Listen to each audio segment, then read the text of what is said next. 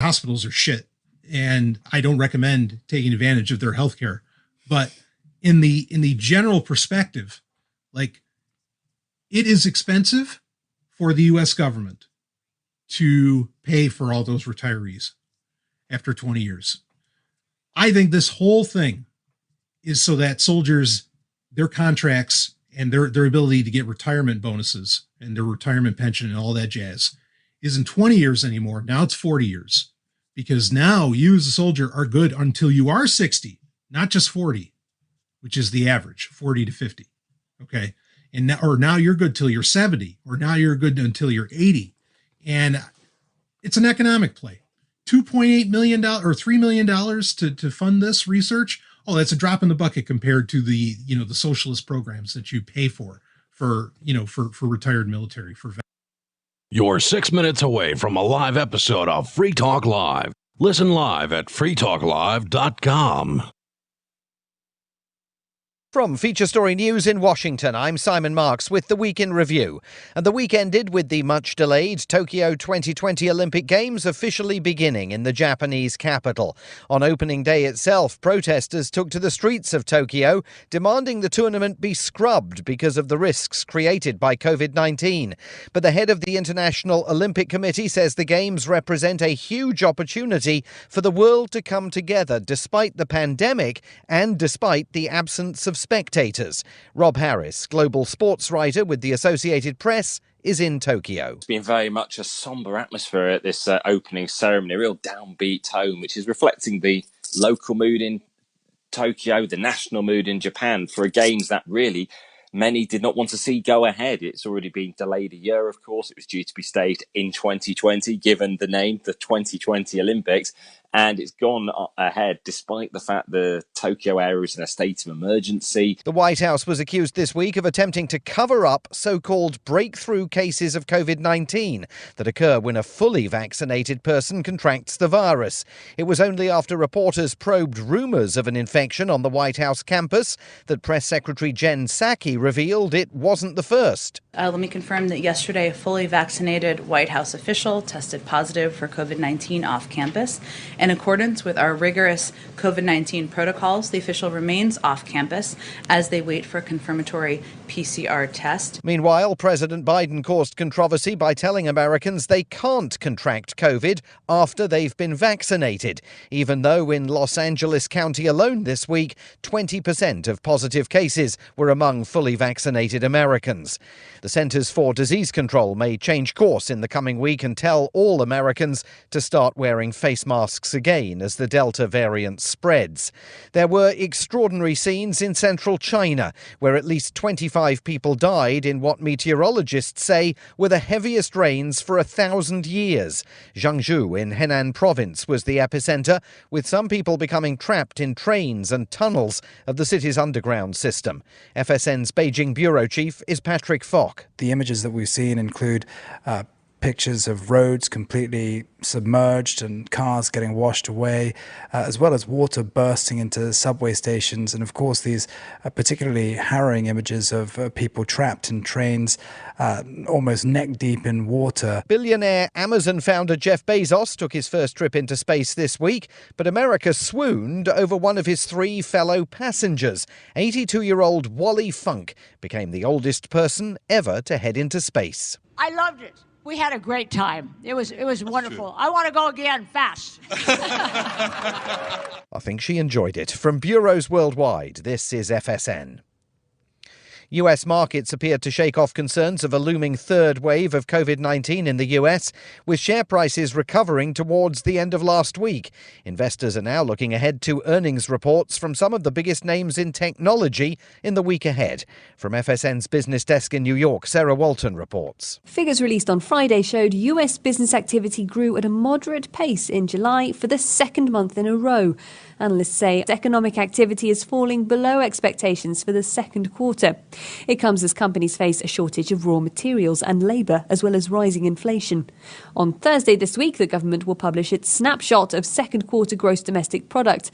It's expected to show an annualised rate of growth of around 9%. But there are now fears new spikes in COVID-19 cases across the United States could lead consumers to be more cautious. The US and Germany reached an agreement over the Nord Stream 2 pipeline that alarmed many members of Congress and foreign policy analysts in Washington. The Biden administration says it will permit the project to go forward, but will sanction Russia if it uses the pipeline to blackmail Ukraine.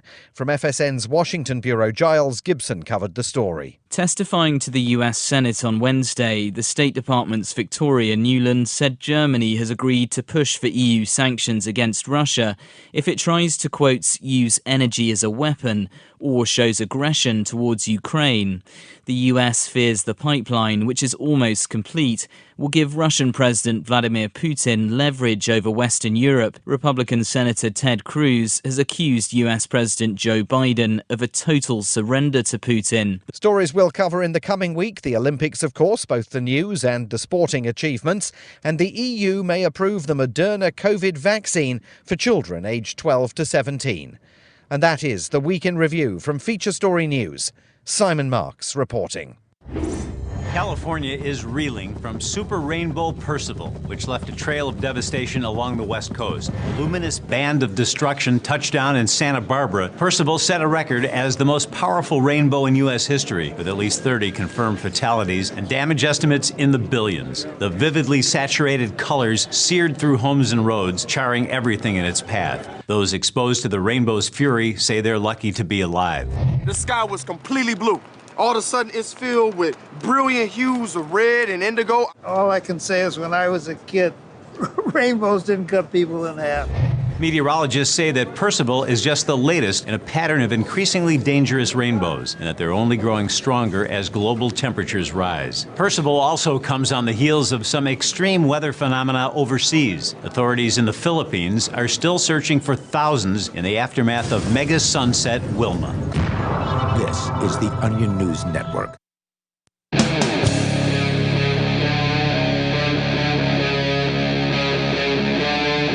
Free Talk Live.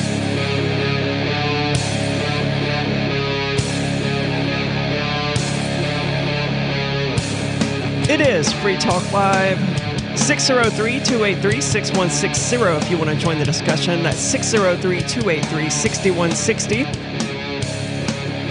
It's weird being here on a Sunday, first of all, but it's weird being here looking at a picture of Mark Edge just sitting across from me. Mark is joining us from Florida. Mark, welcome tentatively back to the show.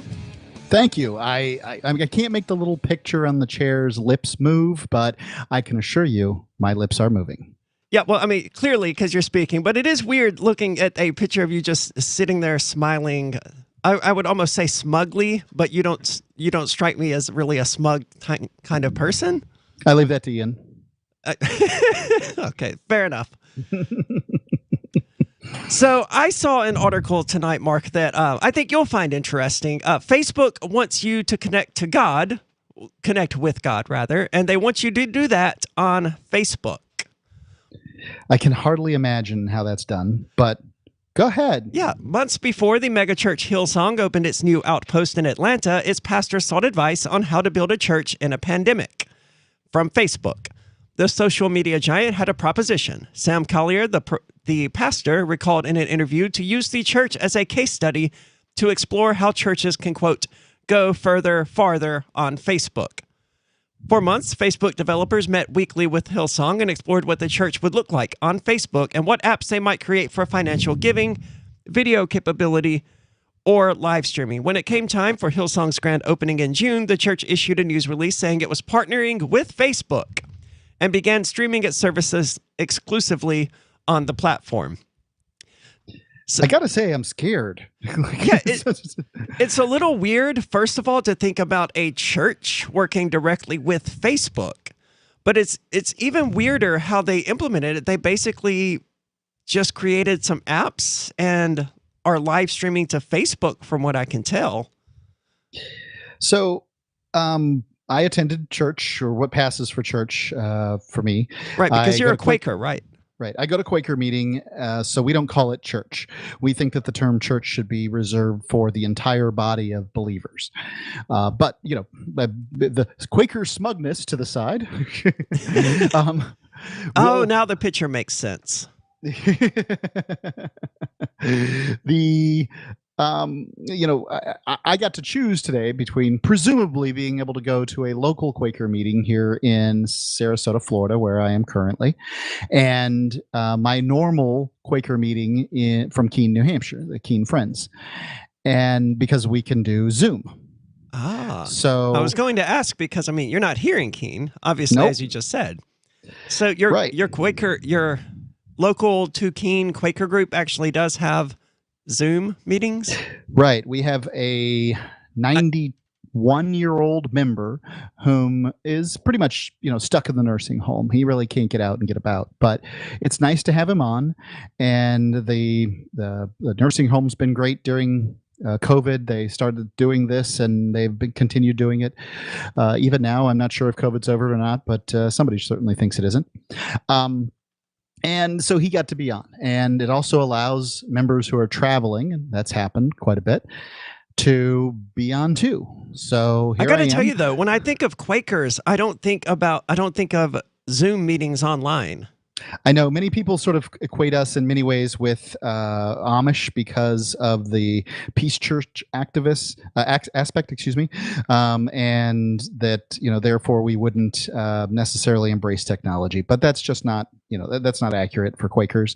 I get the bias. Well, technology has certainly done a lot to create peace, right? What's that? Technology has certainly done a lot to create peace. It's also been used to create, violence and destruction, but I think by and large, technology has brought us together far more than it separated us. I'd be interested in hearing what you have to say on that topic. I really hadn't considered it. Other than that, I just thought to myself, well, Quakers don't have this particular prohibition. Some do. There's no particular creed with Quakers generally. Some can wear silly hats and decide how their lives are going to be less technologically oriented, and that's their job. That's their whole thing. They can do what they want. But in a lot case, of the ways that wars in the past were waged was just by, and this happens still today, just othering the other side. Making them out to be some sort of mysterious enemy, and you're left to your government's interpretation of what that enemy is. Right. That isn't the case today. I can go online and actually have conversations with people in Iraq, Afghanistan, and Syria, or wherever. Don't forget China. And This is China. coming. Yeah. And learn, firsthand that these aren't barbarians. These aren't the monsters that the U.S. government would portray them as, or governments historically would portray them as. They are just ordinary human beings trying to live their lives just like I have. And if nothing else, that, in the long run, is probably going to create more peace than lives lost from technology. It's a slow process, granted. Yeah, I think we all need to endeavor a little more to find out about the people who would be fighting on the other sides of wars and what their motivations are and these sorts of things. I'd like to see no more wars at all, but I would also like to see the organizations that call themselves our rulers, pipe down and serve us rather than control us like they're slaves. It is interesting watching this play out, especially in the pandemic era, right? I was reading something today about some attorney general somewhere making the argument that, we can't enforce these mask mandates because these people are not our subjects. I was like, dude, where were you a year ago saying this? Right. There was somebody, I love the term ungovernable. Somebody was referring to people during the pandemic as being ungovernable and governable. Yeah, that's a weird one. Yeah. And I just love the term that. That's just people who don't obey? Yeah, basically, it's they don't obey, and if enough people don't obey, then people are ungovernable. And that's true, and we should remember it. We do well to remember that, again, these people were, according to our civics class, our servants, right? In theory, yes. Yeah, that's the theory. I don't actually believe this. I've been doing Free Talk Live long enough to realize that this is not the case, that in fact they aren't our servants. They aren't descended from people who believe they're our servants. In fact, governments have never been servants. They've always been rulers. But I'm willing to, for the new listener, address the notion time and again that government is supposed to serve us. And in some cases, it does. I mean, if you think about, for instance, your insurance company. You have an agreement with your insurance company, and they govern that agreement. And well, yes, but I can switch to a different insurance company if I don't like the one I have. That's the difference between government and the state. So it's the monopoly aspect.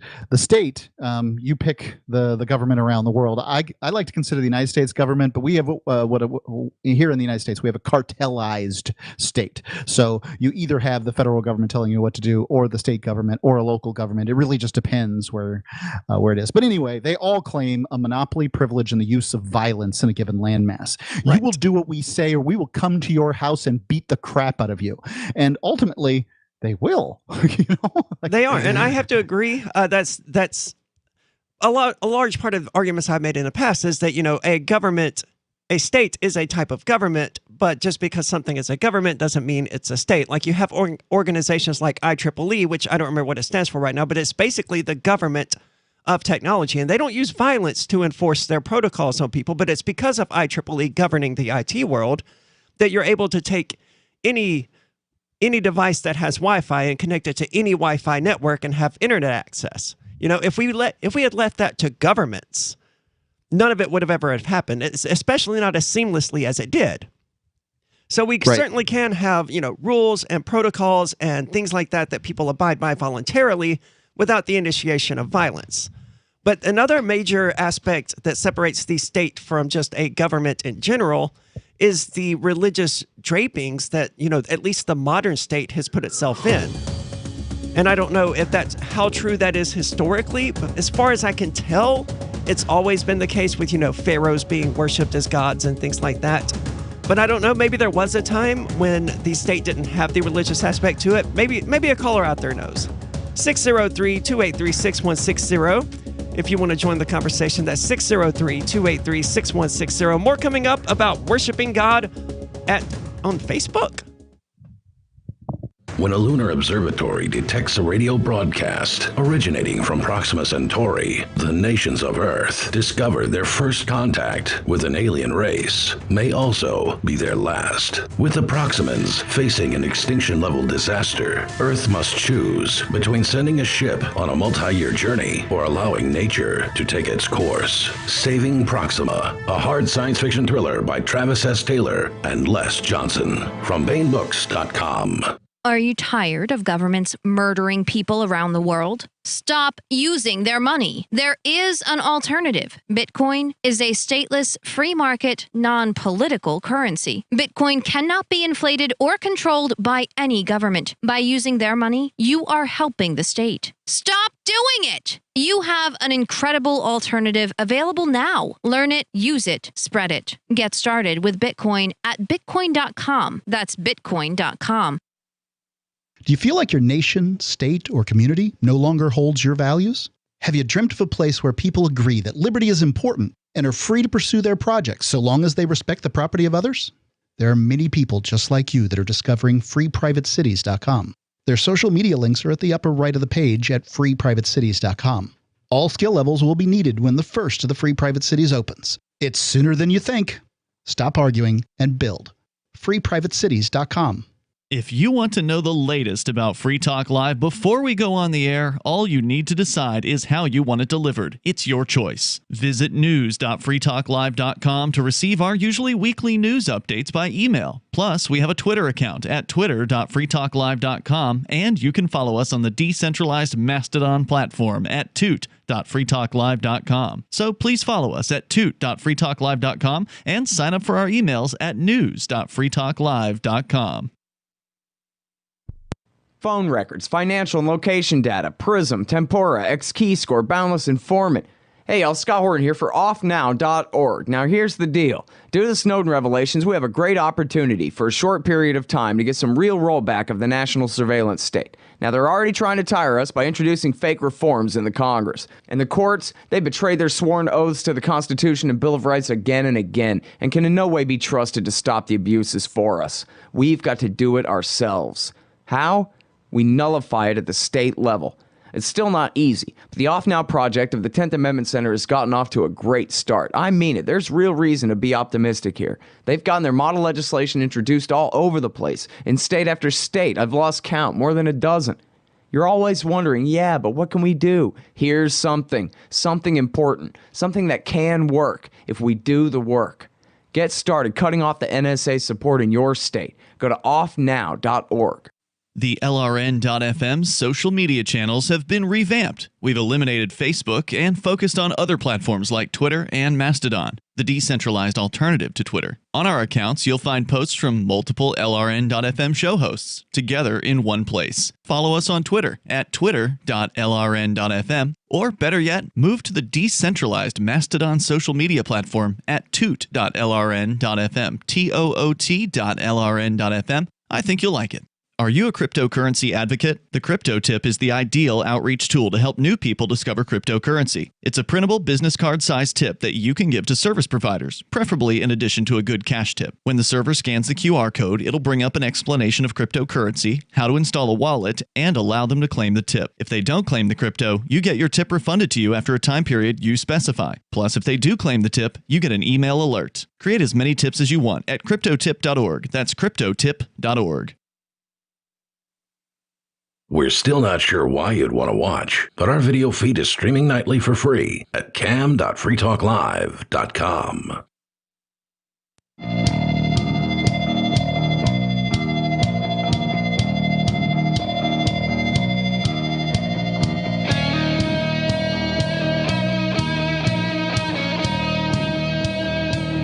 It's Free Talk Live with Aria and Mark, and we're not currently streaming to Odyssey. You can find that at video.freetalklive.com. It's not happening right now. Odyssey appears to be having an issue. However, we will be streaming there for sure. Well, assuming they get their issue worked out.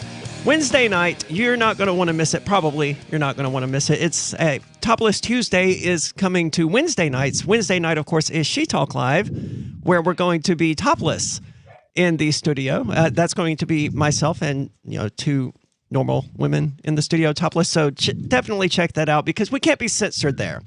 Twitch, DLive, all of those can certainly censor us, but Odyssey, they don't care. Check it out at video.freetalklive.com. It's great if you're actually being censored because we're also like one strike away from getting kicked off of YouTube. There's just all sorts of reasons to get away. I suspect this is the next strike. Well, we're not going to be, Mark, I need you to back away from your mic a bit. I can hear you breathing into it really heavily. Terribly sorry. It's okay. But we're not going to actually be streaming that feed to the Twitch, YouTube, all of those platforms. We're going to be streaming an empty studio here at the LRN studio that says, hey, this is what we're doing. If you wanted to see it, go to video.freetalklive.com. But you're correct. That would definitely get us, at least temporarily banned from all of those platforms. Right. So 3 ladies in the studio without their shirts on, and presumably nothing beneath that would be on normally beneath those shirts on either. Correct. It's topless. Okay. Yeah, it's going to be interesting. But before that, we were talking about church and the religion of the state and just religion in general. Facebook wants you to connect with God on Facebook, and it seems like a very weird marriage here. Facebook, which recently passed $1 trillion in market capitalization, may seem like an unusual partner for a church, I would say so, whose primary goal is to share the message of Jesus. Mark, what do you think? I assume you're familiar with the character of Jesus. Do you think Jesus would be okay with utilizing the methods of Facebook for his message to be spread? I'd say so. Jesus means a lot of different things to a lot of different people, but presuming that Jesus was a Essene prophet from the first century Jewish Essene prophet, I'm going to say, yeah, sure. That whatever his message, whatever that message is, whatever means to get it out, yeah, I'll take it. But the company has been cultivating partnerships with a wide variety of faith communities over the last few years, from individual congregations to large denominations.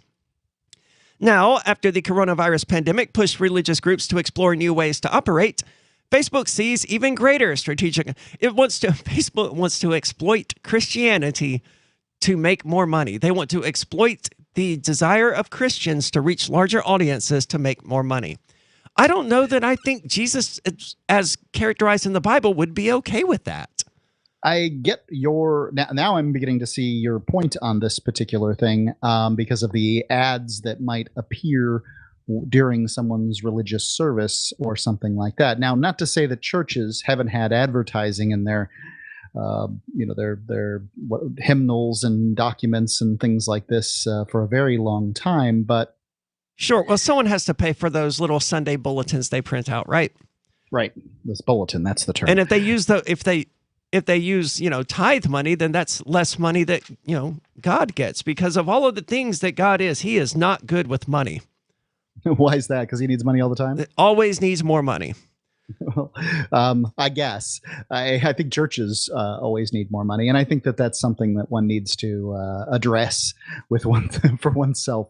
But I would say that it would give me pause when it came to my church being broadcast on Facebook, but I get it. I mean, churches will take any way at all to reach people. And I wouldn't be surprised. Well, the show is being broadcast on Facebook, but at the same time, we're using Facebook to demonize Facebook. So there is also that weird interplay. Indeed. I don't know. It's a very interesting question. Facebook aims to become the virtual home for the religious communities and wants churches, mosques, synagogues, and others to embed their religious life into its platform, from hosting worship services and socializing more casually to soliciting money. It is developing new products, including audio and prayer sharing. I have to process that. Facebook is developing a prayer sharing product. I can't unpack that on a live show. Virtual religion. I guess that, it's going to be a way to send a message and then pray for other people and things like that. Yeah, it sounds like social media. Sure. Virtual religious life is not replacing in-person community anytime soon. And even supporters acknowledge the limits of an exclusively online experience, but many religious groups see new opportunity to spiritually influence even more people on Facebook, the world's largest and arguably most influential social media company. The partnerships reveal how big tech and religion are converging far beyond simply moving services to the internet. Facebook is shaping the future of religious experience itself, as it has done for political and social life. Well, I mean, Facebook is reshaping the future itself. Well, they certainly did reshape political life. I don't know what the political sphere was really like before I was engaged in it, because I wasn't engaged in it pre-Facebook. But I can't imagine it was just this vehemently hostile, where people were ending friendships and cutting out family members because of their political beliefs. I do feel like things have gotten more hostile with social media, that people are getting their biases confirmed by other people who agree with them, and they are taking sides more thoroughly. So because of those confirmed biases, hey, there's lots of people who think like me, I must be right, which of course is what argumentum ad populum, a logical fallacy. Lots of people can believe falsehoods. Well, the majority of people once believed that the sun orbited the earth, but that didn't make it true, right? Well, we can see right now that the Democrats and the Republicans thoroughly believe what they believe, and they are controverting each other, but they know that they're right. One of them has to be wrong on any given issue. That's one of the things that's always fascinated me about the Judeo-Christian religion. If you take every single person on earth is believed to be going to hell by at least one of those religious groups. Which religious groups? Any Judaism, Christianity, and Islam. Islam. Okay, so Abrahamic religions. Gotcha. Yeah. Everybody's believed that by at least every single person on the Yep. planet is believed to be destined for eternal damnation in whatever form by at least one of those religions.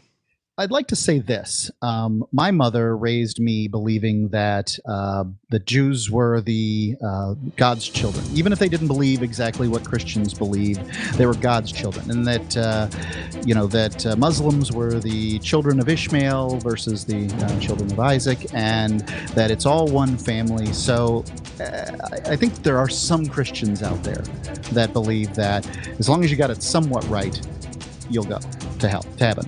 Well, that's a much nicer tradition than the one I was raised in. You can join the conversation at 603-283-6160. Carl Watner, longtime proponent of a voluntary society, died last December. You may have seen his articles published on his website, voluntarist.com, in his newsletter, The Voluntarist, the Mises Institute, or elsewhere over the last 40 years. His newest book, I Must Speak Out, Volume 2, The Best of the Voluntarist, is now available via Liberty Under Attack Publications. This 430-page second volume spans the years of 2000 through 2020 and includes articles by Carl Watner, Hans Hermann Hoppe, Carl Hess, Benjamin Tucker, George H. Smith, Lysander Spooner, Pete Eyre, Joyce Brand, and many others. I Must Speak Out is for the newly initiated, the veteran voluntarist, or anywhere in between. Buy the book now at libertyunderattack.com/voluntarist. For more great content on building a voluntary society and for Carl's extensive archives, check out voluntarist.com. From Feature Story News in Washington, I'm Simon Marks with the Week in Review. And the week ended with the much-delayed Tokyo 2020 Olympic Games officially beginning in the Japanese capital. On opening day itself, protesters took to the streets of Tokyo, demanding the tournament be scrubbed because of the risks created by COVID-19. But the head of the International Olympic Committee says the Games represent a huge opportunity for the world to come together despite the pandemic and despite the absence of spectators. Rob Harris, global sports writer with the Associated Press, is in Tokyo. It's been very much a somber atmosphere at this opening ceremony, a real downbeat tone, which is reflecting the local mood in Tokyo, the national mood in Japan for a Games that really many did not want to see go ahead. It's already been delayed a year, of course. It was due to be staged in 2020, given the name, the 2020 Olympics. And it's gone ahead despite the fact the Tokyo area is in a state of emergency. The White House was accused this week of attempting to cover up so-called breakthrough cases of COVID-19 that occur when a fully vaccinated person contracts the virus. It was only after reporters probed rumours of an infection on the White House campus that Press Secretary Jen Psaki revealed it wasn't the first. Let me confirm that yesterday a fully vaccinated White House official tested positive for COVID-19 off campus. In accordance with our rigorous COVID-19 protocols, the official remains off campus as they wait for a confirmatory PCR test. Meanwhile, President Biden caused controversy by telling Americans they can't contract COVID after they've been vaccinated, even though in Los Angeles County alone this week, 20% of positive cases were among fully vaccinated Americans. The Centers for Disease Control may change course in the coming week and tell all Americans to start wearing face masks again as the Delta variant spreads. There were extraordinary scenes in central China, where at least 25 people died in what meteorologists say were the heaviest rains for 1,000 years. Jiangsu in Henan province was the epicenter, with some people becoming trapped in trains and tunnels of the city's underground system. FSN's Beijing bureau chief is Patrick Falk. The images that we've seen include pictures of roads completely submerged and cars getting washed away, as well as water bursting into subway stations. And of course, these particularly harrowing images of people trapped in trains, almost neck deep in water. Billionaire Amazon founder Jeff Bezos took his first trip into space this week, but America swooned over one of his 3 fellow passengers. 82-year-old Wally Funk became the oldest person ever to head into space. I loved it. We had a great time. It was wonderful. I want to go again fast. I think she enjoyed it. From bureaus worldwide, this is FM. Yep, we still do email. Drop your email address in the entry box at freetalklive.com, and you'll be kept in the loop with Free Talk Live.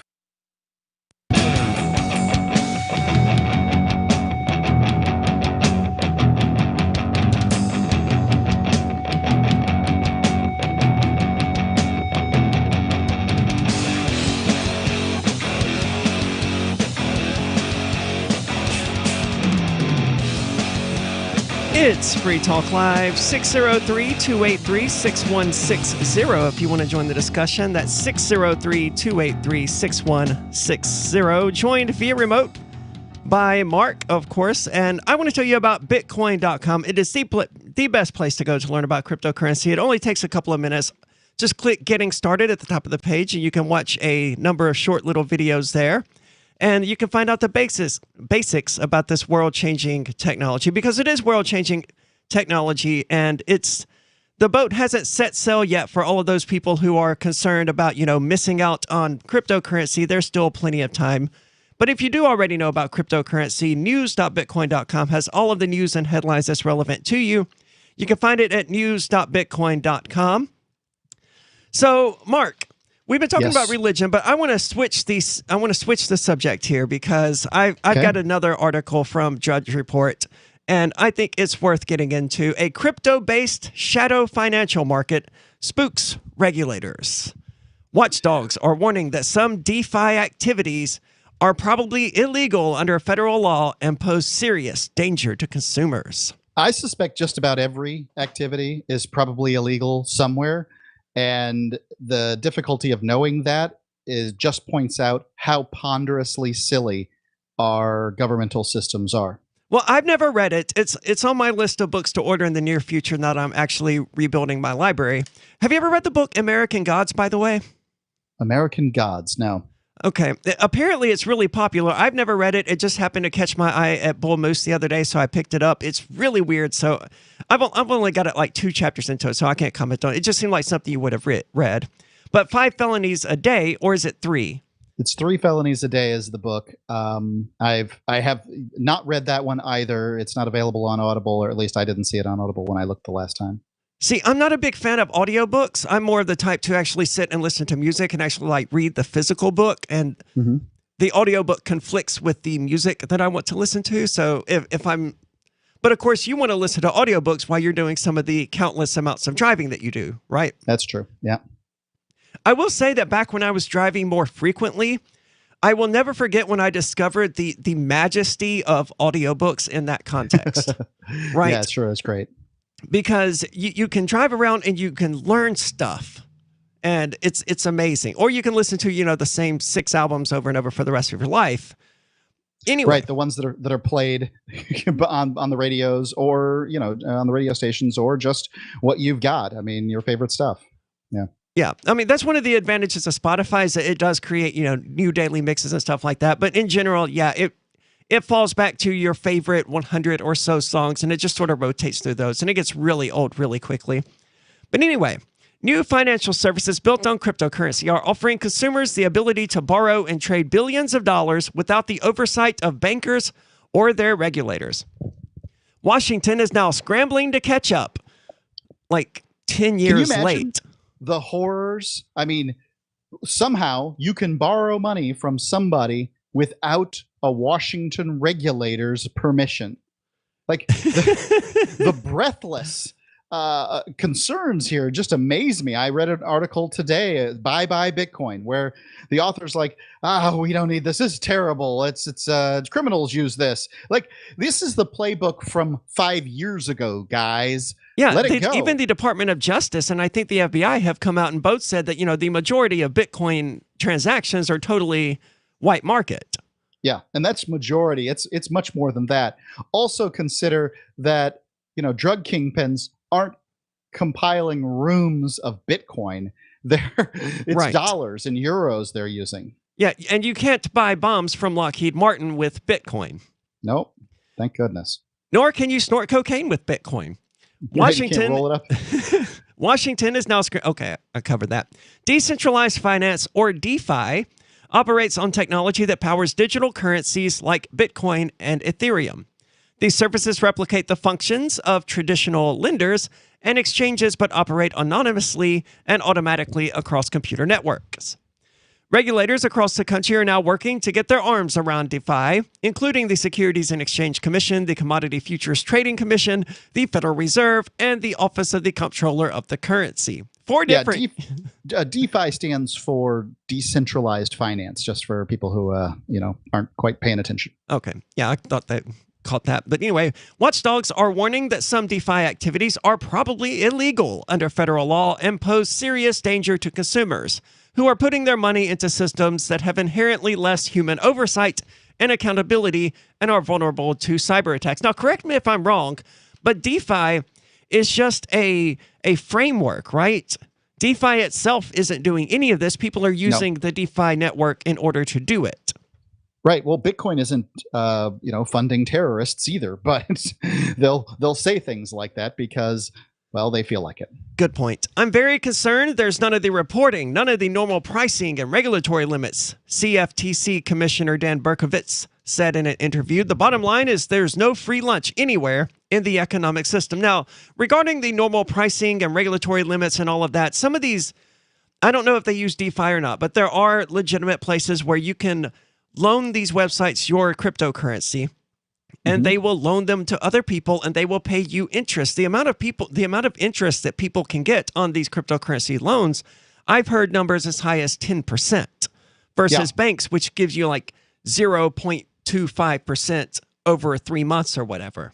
Right. So the normal pricing is going to be far more heavily pro-consumer, pro-end user in the cryptocurrency world because the banks aren't working with the government to bleed the American people dry. That's ultimately what it comes down to is banks are basically franchises of the Federal Reserve System. And, all their little rules, all their going after Bitcoin, these are the thrashings of a dying breed in an old tar pit. Is it going to make a mess? You better believe it. It's a big dinosaur, but it is a dinosaur. Thrashing. And the meteor is coming. Yeah. Well, the small but rapidly growing sector activity is measured in the tens of billions of dollars. Tens of billions of dollars makes it a small sector. Is posing a major challenge for regulators who face an unprecedented task of clamping down on an open source financial network that has grown up completely outside their purview. Now, I'd like to point out when they clamp down, that sounds, it's just a sentence in a story, but when they talk about this clampdown, this is the sort of thing that they did to Free Talk Live. They clamped down by driving a tank into the side of the house that Free Talk Live's broadcast from, then rushing in some agents with M16s or AR-15s or whatever, basically the same Armalite model, and pointing them at the chest of a nearly naked person coming down the stairs in 2 instances. They raided 3 houses at once, and it's just amazing. This is what clamping down looks like. A case with nearly nothing to back it up. Yeah, but look what happened as a result of that. And we'll see the same thing if they crack down on DeFi. We saw the same thing when they cracked down on the Pirate Bay. If you attack one of the heads of this hydra that is the movement toward liberty and freedom and decentralization, 2 more simply grow in its place. Right. Now we have 2 studios, and you're broadcasting from Florida. Yep, it's true. So I don't want to quote the Star Wars movie, but there is a Star Wars quote along those lines. The basis of modern financial regulations rests on having centralized entities like lenders and clearinghouses register with the government and subject themselves to oversight. Sure, because that oversight has never led to anything like, Freddie Mac and Fannie Mae or anything like that, right? What it leads to is the stultification of the financial system. It makes it less limber, less able to help people. That's what money's for, ladies and gentlemen. It's to help you, not the banks. And that's what they want it for. That's what they're going to use it for because they control the government all over the world. And it doesn't matter which government. Absolutely. I mean, taking out a loan from a bank should be something that you do to benefit from it. But the bank benefits from it far more than the actual borrower. What are your thoughts? 603-283-6160. There's more about defying coming up. Why did you move to the Shire? I moved here to the Shire because there's other people around who take liberty just as seriously as I do. I moved to the Shire because I saw videos of people challenging authority and thought that I could get support myself. It called to me, like, do this right now. I wanted to be around people like me who got it. And once I got here, I knew there was nowhere else that I wanted to be. I've always wanted to change the world. So I moved to the Shire to join people who were actually working towards doing the same thing. The people here are awesome, loving, and positive. It was for the adventure and for the feeling of something important is happening here. And I just wanted to come to sort of be part of that. Visit ShireSociety.com to read and sign the Shire Society Declaration and learn the reasons why, if you love liberty, you should immigrate to the Shire. Plus, connect with others via the forum at ShireSociety.com. That's ShireSociety.com. Breaking weather news. Belize is sunny and around 82 degrees every day this week. What's the forecast for your life? If current politics and economic prospects are cramping your freedom, escape to the tropics. ECI Development has affordable second homes for you to own or rent in Belize and other tropical countries. Places with stable governments and growing economies. Secure your freedom now. To find out more, send an email to ftl@ecidevelopment.com. There are lots of ways to listen to Free Talk Live. Our podcast has been around since podcasts began, and now the FTL feed is loaded with content besides our full show archives. Did you know that we make it easy for you to customize your podcast subscriptions? We have different feeds, one that includes only our full shows, one with just the Daily Digest, and our main feed that includes everything. You decide what you listen to. It's quick and easy to customize your feeds at feeds.freetalklive.com. That's feeds.freetalklive.com. So the protection of life, liberty, and property is what the Free State Project is all about. But it's an effort to move 20,000 people who understand. It's about demonstrating to the entire country that, yeah, we can have a free market, a truly free market. Making it just a freer, great place to live. It's the world's largest voluntarist libertarian community, and it's only getting bigger. That's amazing, to be able to move to a place where other people passionately believe in being free and independent. What the Free State Project is managing to do, though, is to put their money where their mouth is. It's physically getting up across the country and saying, let's go someplace and let's demonstrate the power of these ideas. There's a lot of kind of philosophy that surrounds liberty. There's a lot of thinking about it and talking about it. But here in New Hampshire, people are doing it. 101 Reasons Liberty Lives in New Hampshire, a documentary by Free State Project Early Movers. Watch it free at 101reasonsfilm.com. 101reasonsfilm.com. What if you want to hear the latest episode of Free Talk Live, but all you have is your phone, you forgot to download our archive, and you have no data connection? You can call our Listen line at 641-793-0191. That's a long-distance number, so you may incur charges. If not, listen as long as you want. 641-793-0191. The Free Talk Live Listen line, 641-793-0191. After a devastating war, the alien visitors were driven back, and their willing human collaborators were left behind to face the music. When Emma Jean Anderson's ex-lover springs her from prison, Nathan Foster and his 14-year-old nephew Ben are tasked with bringing the pair to justice. An easy enough job until they discover something is inside Emma Jean, and the fate of the planet hangs in the balance. The Family Business by Mike Coopery from BaneBooks.com.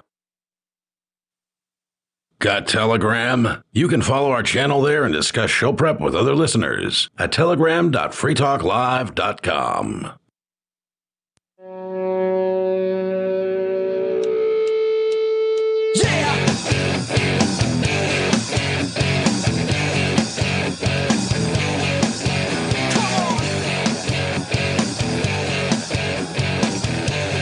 It's Free Talk Live, 603-283-6160. If you want to join the conversation, that's 603-283-6160. The world is changing. The world is rapidly changing, and that's one of the reasons that you're joined with us, Mark, from Florida.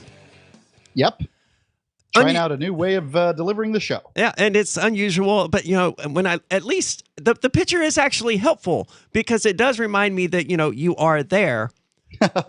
And that, I guess that's good. But in other ways, the world is changing. There is so much new financial technology that, even prior to what we were discussing previously, which was the FBI raid on myself and the Free Talk Live studio and Ian and all the others, there was no way for me then to even keep up with everything that was going on in the cryptocurrency world. Now, with my access to it just so severely limited, I'm basically limited to what the mainstream media says about it.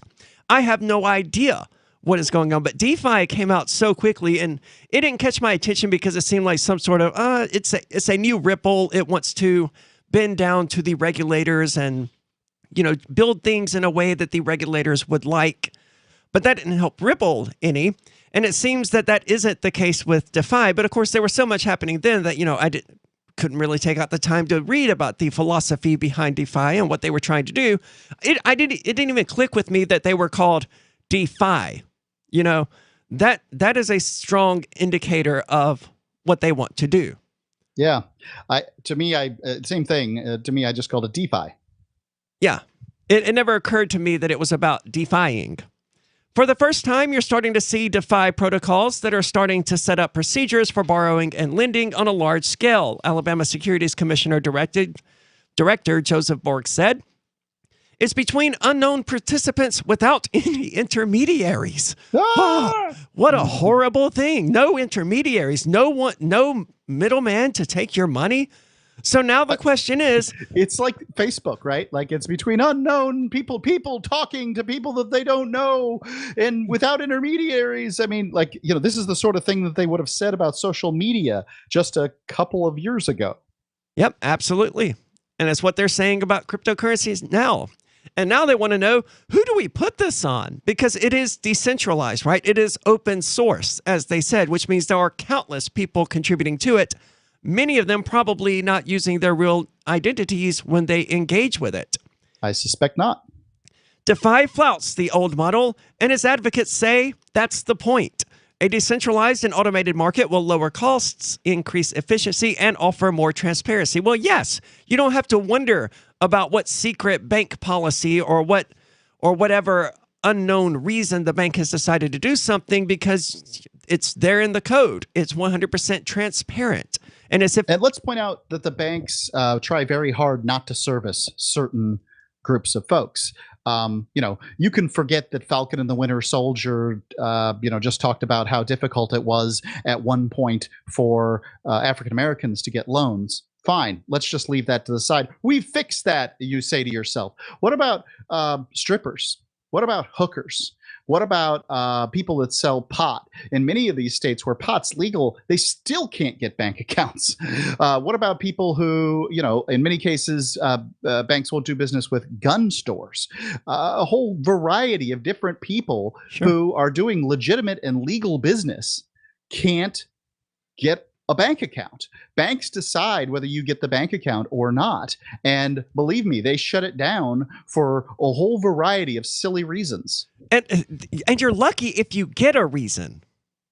Yeah, you don't in many cases. A smaller bank or a credit union is far more likely to give you a reason. But yeah, in general, banks are like, no, we're closing your account. That's it. Well, and if you get we're not giving you the loan. That's it. So Free Talk Live was, I was getting my bank account shut down over the course of the last couple of years, probably because I live in the same geographic area as Ian Freeman, and because I share a email address that's very similar to his. Mark at Free Talk Live, Ian at Free Talk Live, right? This is just me guessing here, spitballing, because no one would say it. But I did have a small bank say to me that why they shut down my account, and it had nothing to do with Ian, which leads me to believe, now that the FBI has kicked our door in, and I realized that they were going around the country and basically scaring banks and having them shut my bank accounts down, that the bank had to lie, that they had to not tell me the truth. Otherwise, they would have been in trouble because they're probably under some kind of gag order. The chronic systemic problem we have in our financial world is the fact that our traditional system, traditional finance, is concentrated, leveraged, and too big to fail, said Celsius Network CEO Alex Mashinsky, whose crypto finance firm uses DeFi technology, and said that the services provide a way to innovate and go around all of these centralized toll collectors. That's a good way of putting it. They are toll collectors. Among the most... Go ahead. That's what they do. That's what they do. Among the most popular DeFi options is MakerDAO, one of the longest-running services, which lets users borrow so-called stablecoins in exchange for depositing cryptocurrency-based collateral. Another service, Uniswap, is a decentralized cryptocurrency trading exchange that relies on an quote, automated liquidity protocol rather than a central order book. So it does sound like there are a lot of really cool tools built on DeFi. Of course, I haven't been able to look into them. I'm not going to be able to look into them anytime soon, presumably, but it's good to see the technology. Let me get this straight. You can't look into a news story about cryptocurrency because of the case? I can look into the news story, yes, but I can't look into the cool stuff being developed on DeFi. I see. So you can't like poke around and use the technology. So in any way whatsoever, correct. The creators of some of these services are beginning to make contact with regulators. Oh, that never ends well. If that's the same as talking to the cops or going to the police, but like, excuse me, I want to do this thing. Can you help me do it legally? It never ends well. Mark Boron, General Counsel of the decentralized exchange builder DYDX, said in an email that, quote, we have proactively and voluntarily communicated with the CFTC prior to the deployment of all of the protocols. I dispute. He does sound like a boron. I dispute whether or not he really did this voluntarily or whether or not he did it under duress, knowing that if he didn't do it, he would likely find himself standing before the Security and Exchange Commission in much the same way that Jeremy Kauffman of Odyssey or Library is doing so these days. We have always carefully considered the laws applicable to DYDX. He said that the first protocol developed required U.S. users to follow CFTC rules for retail commodity transactions. Well, isn't he a good little serf? DeFi services have seen rapid growth over the last year amid the cryptocurrency boom, with more than $50 billion locked in services based on Ethereum, the network for Ether, and one that I'm not particularly a fan of. Square CEO Jack Dorsey announced earlier this month that the digital payments giant planned to create a new business. What don't you like about Ethereum? If cryptocurrency is going to work, then anything that happens in accordance with the code must be, what is the word I'm looking for? Cannot be undone. There's a word. Code must be law. Yes. And when Ethereum had a large amount of money lost on its network because someone exploited the code, Ethereum went and undid all of those transactions to restore the money to their rightful owners because they felt it was morally wrong how the person used the code, but the person used the code in the way that it was written. Sure, fix the code after that so that it can't happen again. But you can't retroactively say, oh no, this was illegal and you shouldn't have been able to do it, but it was legal according to the code, and he was able to do it. So it undermines faith in this technology if, developers can just say, "Oh no, we don't like that happened. We're just going to undo that." And this is what this is what caused Ethereum Classic to form. They were against it. It's like, no, if we're going to have cryptocurrency, it must be immutable. That's still not the word I'm looking for. At any rate.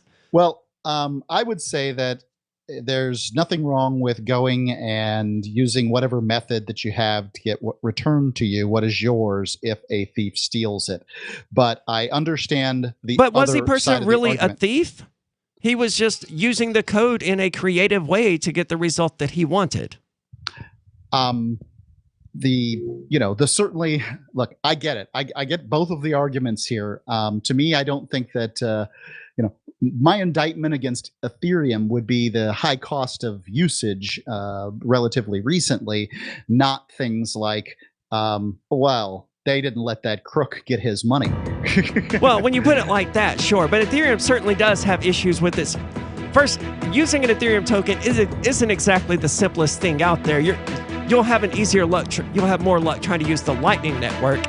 And even if you do get something sent on Ethereum, it's going to be prohibitively expensive. When we get back, we're going to talk about free thought. And when did free thought become a bad thing? 603-283-6160 if you want to join us. This is Free Talk Live. Brute force, intransigent defiance, adamantine will. These are the hallmarks of the AI tank. These gigantic machines have the firepower of an army, but they also have their own sense of honor and duty. When the world breakers arrive, battle will be joined, planets will shake, and war and peace will never be the same again. World Breakers. Stories from David Weber, Larry Correia, and more. Available August 3rd from BaneBooks.com. Are you tired of governments murdering people around the world? Stop using their money. There is an alternative. Bitcoin is a stateless, free market, non-political currency. Bitcoin cannot be inflated or controlled by any government. By using their money, you are helping the state. You have an incredible alternative available now. Learn it, use it, spread it. Get started with Bitcoin at Bitcoin.com. That's Bitcoin.com. My name is Jacob Hornberger. I'm president of the Future of Freedom Foundation, which Congressman Ron Paul awarded for having an outstanding freedom website. Write us at fff@fff.org, and we'll send you a free 3-month subscription to our monthly journal of libertarian essays and our booklet, Economic Liberty in the Constitution, which George Mason University economics professor Walter Williams praised in a recent column. That's fff@fff.org. Tired of cancel culture? Sick of mega tech corporations holding an axe over your head? Join the LRN.FM Matrix chat server. It's self-hosted, so no one else can tell us what to do or say. Don't like the existing channels? You can make your own. You can even connect into some of our channels from other Matrix servers. It's federated. For the full LRN.FM Matrix experience, though, you should join our server via the step-by-step instructions at chat.lrn.fm. chat.lrn.fm. You're listening to the live edition of Free Talk Live. Hour number 2 is next after the news here on the Liberty Radio Network at LRN.FM. From Feature Story News in Washington, I'm Simon Marks with the Week in Review. And the week ended with the much-delayed Tokyo 2020 Olympic Games officially beginning in the Japanese capital. On opening day itself, protesters took to the streets of Tokyo, demanding the tournament be scrubbed because of the risks created by COVID-19. But the head of the International Olympic Committee says the Games represent a huge opportunity for the world to come together despite the pandemic and despite the absence of spectators. Rob Harris, global sports writer with the Associated Press, is in Tokyo. It's been very much a somber atmosphere at this opening ceremony, a real downbeat tone, which is reflecting the local mood in Tokyo, the national mood in Japan for a Games that really many did not want to see go ahead. It's already been delayed a year, of course. It was due to be staged in 2020, given the name, the 2020 Olympics. And it's gone ahead despite the fact the Tokyo area is in a state of emergency. The White House was accused this week of attempting to cover up so-called breakthrough cases of COVID-19 that occur when a fully vaccinated person contracts the virus. It was only after reporters probed rumours of an infection on the White House campus that Press Secretary Jen Psaki revealed it wasn't the first. Let me confirm that yesterday a fully vaccinated White House official tested positive for COVID-19 off campus. In accordance with our rigorous COVID-19 protocols, the official remains off campus as they wait for a confirmatory PCR test. Meanwhile, President Biden caused controversy by telling Americans they can't contract COVID after they've been vaccinated, even though in Los Angeles County alone this week, 20% of positive cases were among fully vaccinated Americans. The Centers for Disease Control may change course in the coming week and tell all Americans to start wearing face masks again as the Delta variant spreads. There were extraordinary scenes in central China, where at least 25 people died in what meteorologists say were the heaviest rains for 1,000 years. Jiangsu in Henan province was the epicenter, with some people becoming trapped in trains and tunnels of the city's underground system. FSN's Beijing bureau chief is Patrick Falk. The images that we've seen include pictures of roads completely submerged and cars getting washed away, as well as water bursting into subway stations. And of course, these particularly harrowing images of people trapped in trains, almost neck deep in water. Billionaire Amazon founder Jeff Bezos took his first trip into space this week, but America swooned over one of his 3 fellow passengers. 82-year-old Wally Funk became the oldest person ever to head into space. I loved it. We had a great time. It was wonderful. I want to go again fast. I think she enjoyed it. From bureaus worldwide, this is FSN. US markets appear to shake off concerns of a looming third wave of COVID-19 in the US, with share prices recovering towards the end of last week. Investors are now looking ahead to earnings reports from some of the biggest names in technology in the week ahead.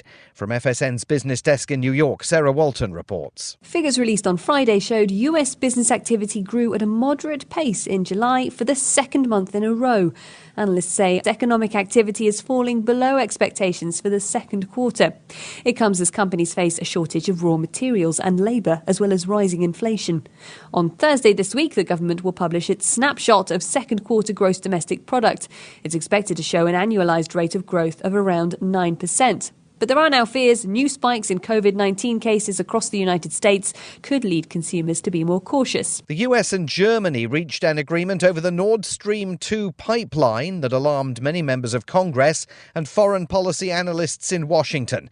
The Biden administration says it will permit the project to go forward, but will sanction Russia if it uses the pipeline to blackmail Ukraine.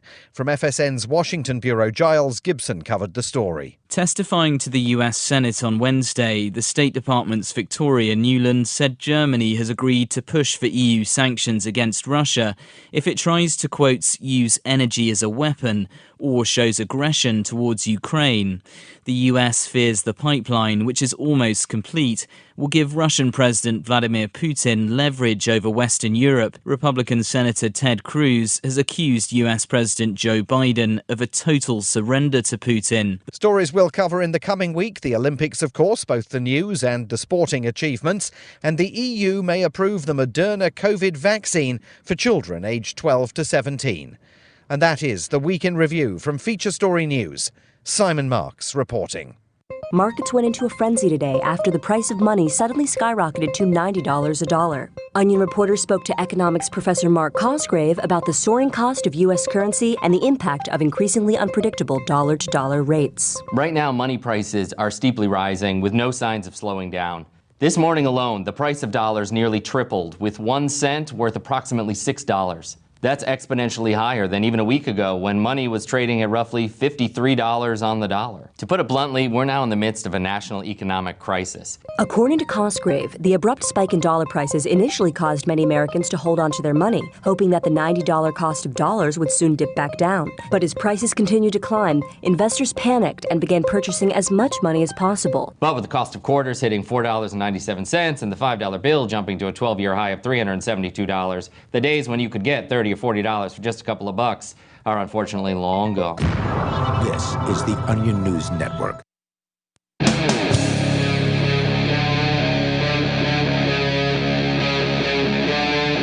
Free Talk Live.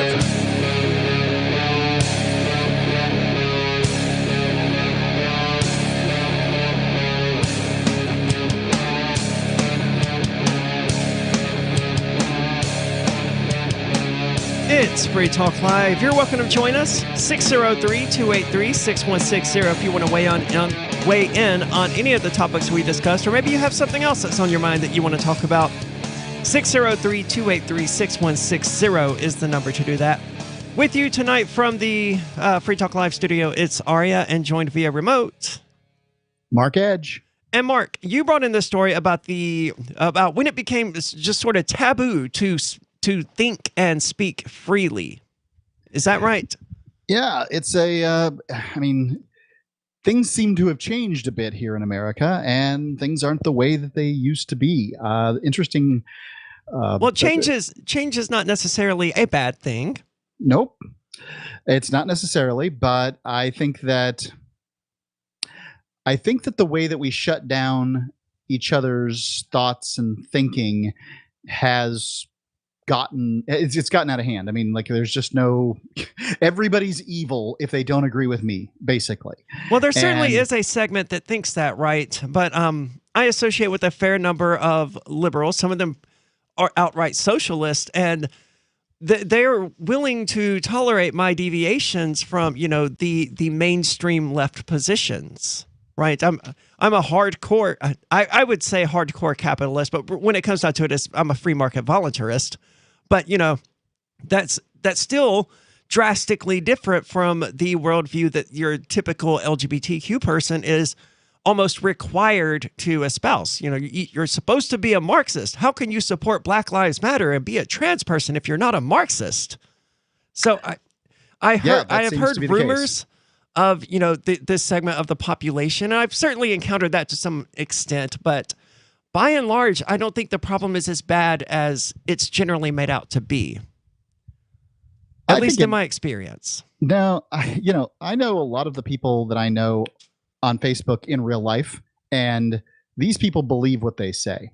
And yes, absolutely, they can, it's shutting down of the thought process. Whatever you're saying is wrong because I've heard from my handlers out there on the interwebs that it's wrong, and you just can't talk to them. I mean, you can be friends with them in some cases, but you can't talk to them or talk reason to them. You're right, and I saw this as well regarding the whole critical race theory thing. Just people irate about it, and by and large, when I asked people what it was, they couldn't answer. They just knew they were upset about it. Right.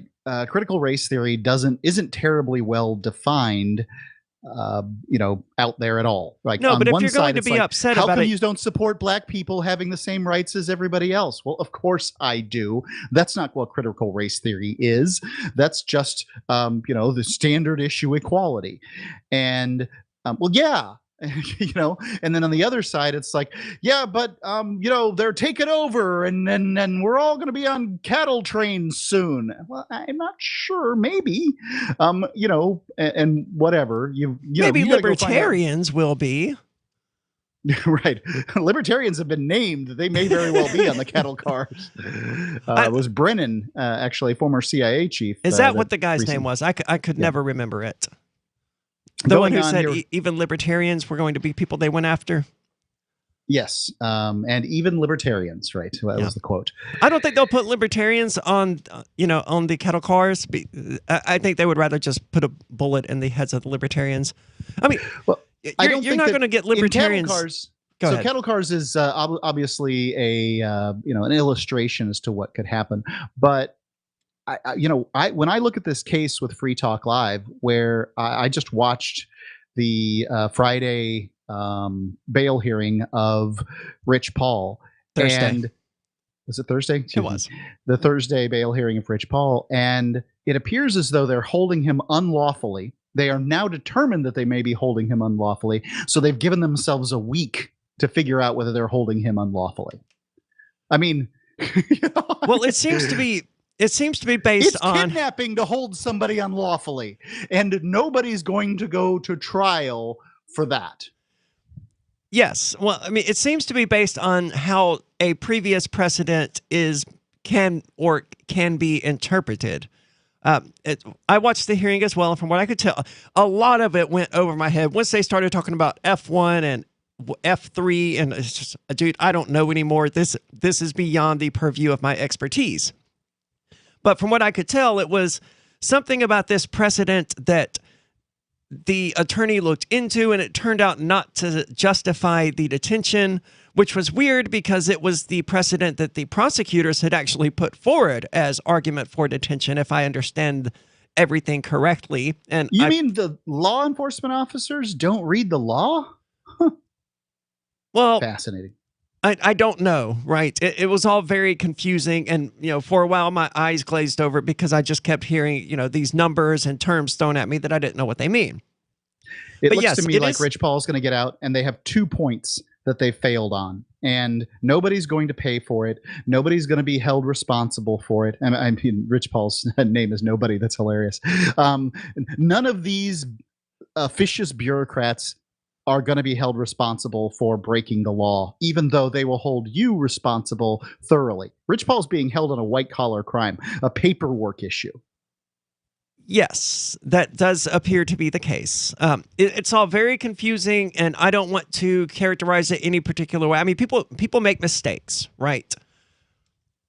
Well, yeah. Look, I get it. They make mistakes, but when your mistakes have to do with, kidnapping people, which is what we call incarceration under any other circumstance. We actually talked about an article here on the show recently that it really highlighted that point. It was regarding the Whitmer attempt to abduct her or kidnap her, but it was the people were attempting to arrest her in actuality. Very interesting to have seen that level of lucidity from a mainstream news outlet. Right. Kidnapping is an unlawful detainment of another, So the difference between kidnapping and arrest is what someone has written down on a sheet of paper. Yeah, it's badges. But it can't be badges because, as you just point out, the badges can unlawfully detain someone. Apparently not. Are they going to be charged? Who watches these watchers? Aria? I don't know, and I'm certainly no fan of the police, but I will just say, people make honest mistakes. If I went to this prosecutor's house and I took her and I held her for a week unlawfully, they would put me in prison for the rest of my life, and rightfully so. This prosecutor, on the other hand, unlawfully holds the Liberty hobo, for a week, no problem. Well, make mistakes happen. No, look, people should be held to the standard they hold other people to, and these violent, crazy lunatics need to be held to their own standard, at the very least. So tell us about this. Put a few cops and put a few prosecutors and throw a couple of judges in prison for a few years for mistakes, and then suddenly maybe we'll have motive back in crimes. Well, it certainly does seem to be helping to hold police officers accountable for, some of the murders they've committed. I know that a large number of police officers have resigned in light of the Derek Chauvin trial and the fact that he was convicted for murder. And, a lot of them are resigning because, oh no, if we're going to be held accountable, I don't want to do this anymore. I don't want to be held liable for actually, choking someone to death on the streets. I'm just doing my job. Well, I think that what you're probably seeing more of is people just aren't as interested in going into policing as they were. And that's also a good development. It raises the question of why aren't they interested? Well, I think police have been misused for a long time. And maybe now we can get better cops and use them better. We'll see. Maybe. But I don't have a lot of hope for America anyway. I wish you all the very best, but I don't have a lot of hope. You're in America right now, so I don't want to be. I don't want to see it burn. I want to see New Hampshire observing things. I just want to see New Hampshire secede from the federal government. To me, that good fat luck. Well, good luck with everything, right? But that's what I want to see. More coming up here about free thought and free speech. 603-283-6160. It's Free Talk Live. Do you feel like your nation, state, or community no longer holds your values? Have you dreamt of a place where people agree that liberty is important and are free to pursue their projects so long as they respect the property of others? There are many people just like you that are discovering freeprivatecities.com. Their social media links are at the upper right of the page at freeprivatecities.com. All skill levels will be needed when the first of the Free Private Cities opens. It's sooner than you think. Stop arguing and build. freeprivatecities.com. Some of you asked, and now we've delivered. LRN.FM's live Keene, New Hampshire studio shows are now streamed in HD on Twitch. Visit our channel at twitch.lrn.fm and give it a follow. If you have Amazon Prime, you get one free subscription on Twitch. If you use it on our channel, Twitch will give LRN.FM a monthly piece of your Prime subscription cost. So please watch, follow, share, and subscribe to twitch.lrn.fm. That's twitch.lrn.fm. When Monster Hunter International discovers one of Isaac Newton's wardstones being auctioned off, they decide to steal it and use it to destroy the Chaos God once and for all. But a mysterious thief upends their plan, and it soon becomes a race against time as something much older and infinitely more evil awakens in the jungles of South America. Monster Hunter Bloodlines by New York Times bestselling author Larry Correia and Baen Books. Visit monsterhunternation.com for more. Are you tired of governments murdering people around the world? Stop using their money. There is an alternative. Bitcoin is a stateless free market non-political currency. Bitcoin cannot be inflated or controlled by any government. By using their money, you are helping the state. Stop doing it. You have an incredible alternative available now. Learn it, use it, spread it. Get started with Bitcoin at Bitcoin.com. That's Bitcoin.com. Do you ever say, I could care less, when you really mean the opposite? You mean to say, I couldn't care less. It's a common mistake. You are judged by how you speak, especially if you're looking for work, with so many more applicants than openings now. But even if you're not, avoiding common misstatements will help you make the most of the dozens of conversations and transactions that crowd your daily routine. So whatever you say, don't say whatever as a single word sentence. It's the most annoying expression in the American English language, according to a recent poll. And avoid cliches like the plague. Just kidding. But seriously, at the end of the day, you'll want to avoid this scenario, sounding like everyone else. For more tips, hit survivalspeech.com. I'm Holland Cook.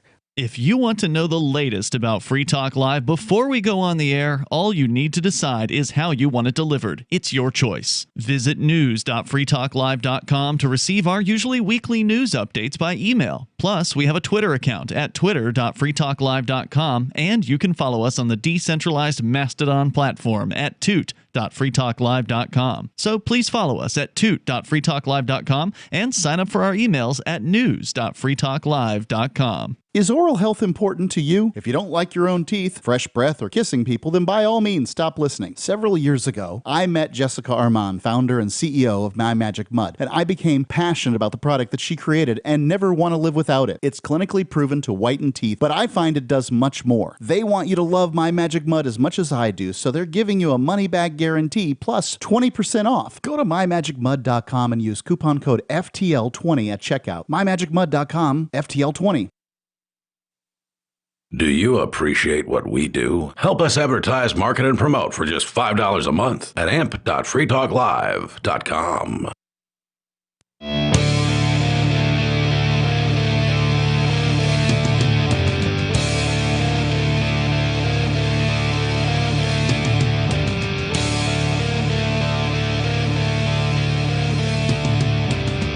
It is Free Talk Live, 603-283-6160. If you want to join the discussion, that's 603-283-6160. With you tonight, it's Aria and Mark. And Mark, you said during the break that you want to discuss New Hampshire secession. Now, this is a topic that we're heavily interested in here on Free Talk Live.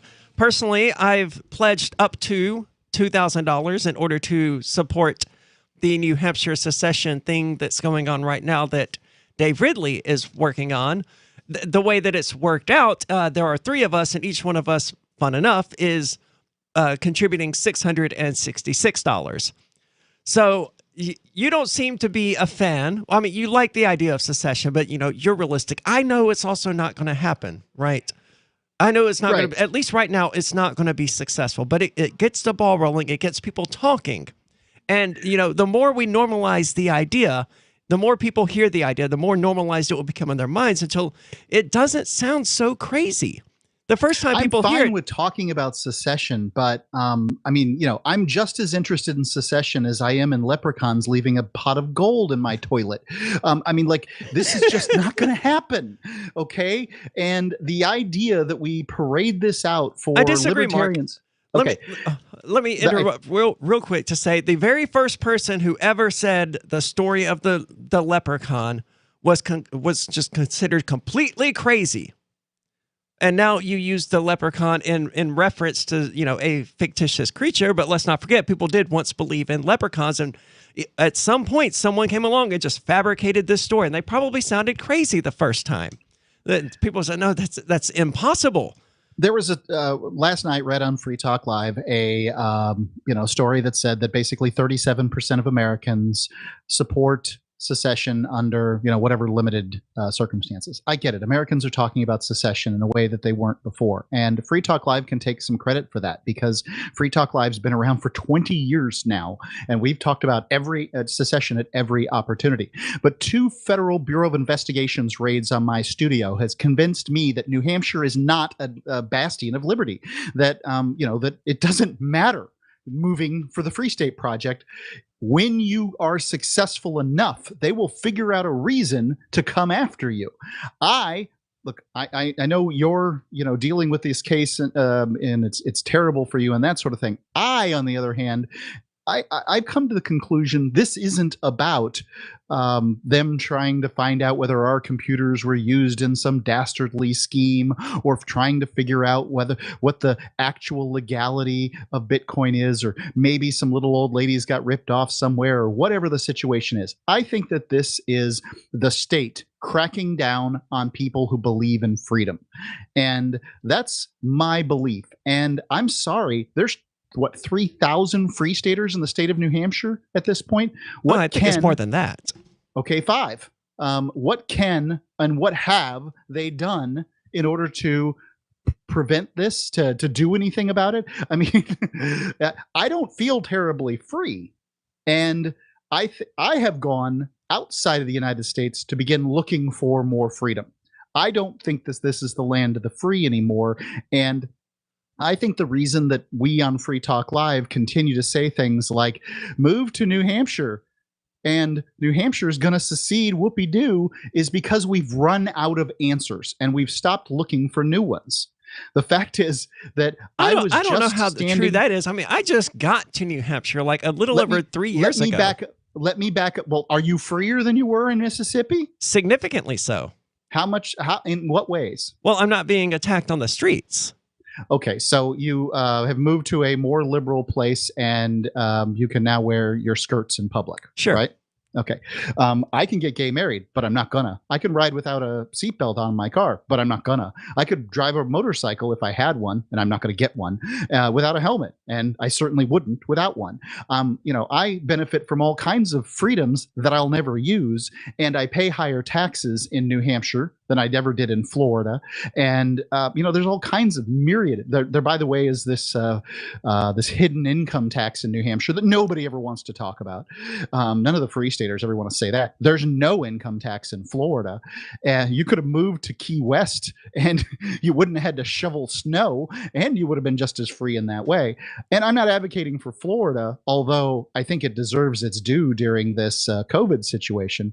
What I'm saying is I was just standing last week in a place called Morazan City. You can go look it up at morazan.city. That's the web URL. And they're going to be done with 36 housing units in 2 weeks. I was inside the completed one, their little model. And yes, I believe thoroughly that they'll be done within I believe they'll be done within a month, because does this place have any downsides? Yeah, absolutely. It's got downsides, but it's free. It's private. How's that? Libertarians can argue about what free means, but they certainly can't argue about private governance, private civil law, private judiciary, private police, all kinds of things that New Hampshire can only dream of. Even if New Hampshire were to secede, it would still be a state. It would still be an organization that claimed a monopoly privilege over the use of violence in a given landmass. Yes, but it's significantly easier to rein in a government over you will work 1.5 million people to get New Hampshire to secede and fail. Morazan City's free today. Make all the excuses you want. It's free right now. Free in the libertarian sense, meaning it's private. They've got their rules, and they'll decide what you can do and what not, and you can adopt them or choose not to go in, and those are your choices. But don't forget that there's another ZEDE currently in Honduras called Prospera. There's another one, which name I forget. It's basically a fish processing plant. But ZEDEs are popping up. There's 3 now. There's supposed to be 5 by the end of the year. How many will there be in 2 years? Also, every one of these ZEDEs can incorporate other lands, so these ZEDEs can be created more easily as more of them are created. This whole notion of New Hampshire seceding is silly. It's a waste of time. Well, the idea that I would say it's just as much a waste of time to think that any of these free private cities are going to be allowed to actually thrive and prosper without the governments of the landmass they're in ultimately coming down on them once they become successful and. Well, prosperous. I don't know you know very much about ZEDEs, but at this point, the ZEDE law is ensconced. I know that the treaty. American government didn't keep its little promises to the Native Americans about letting them have autonomy. Well, the American government is the most powerful organization on the planet. The Honduras government is nowhere near that. It's about the size of Florida, and with a population about a fifth of that. Yes, but their population and their relative strength level is going to be significantly more powerful than whatever it can be found in this free private city. If Honduras breaks the ZEDE laws, they have to go to The Hague to fight it out in the International Court of Justice. This stuff is written into international law. It's not just something where they can, Banana Republic can just change things up. Oh, well, we've had a different party. It's not like that. This stuff is constitutional and extra-constitutional in so much as it's in treaty law.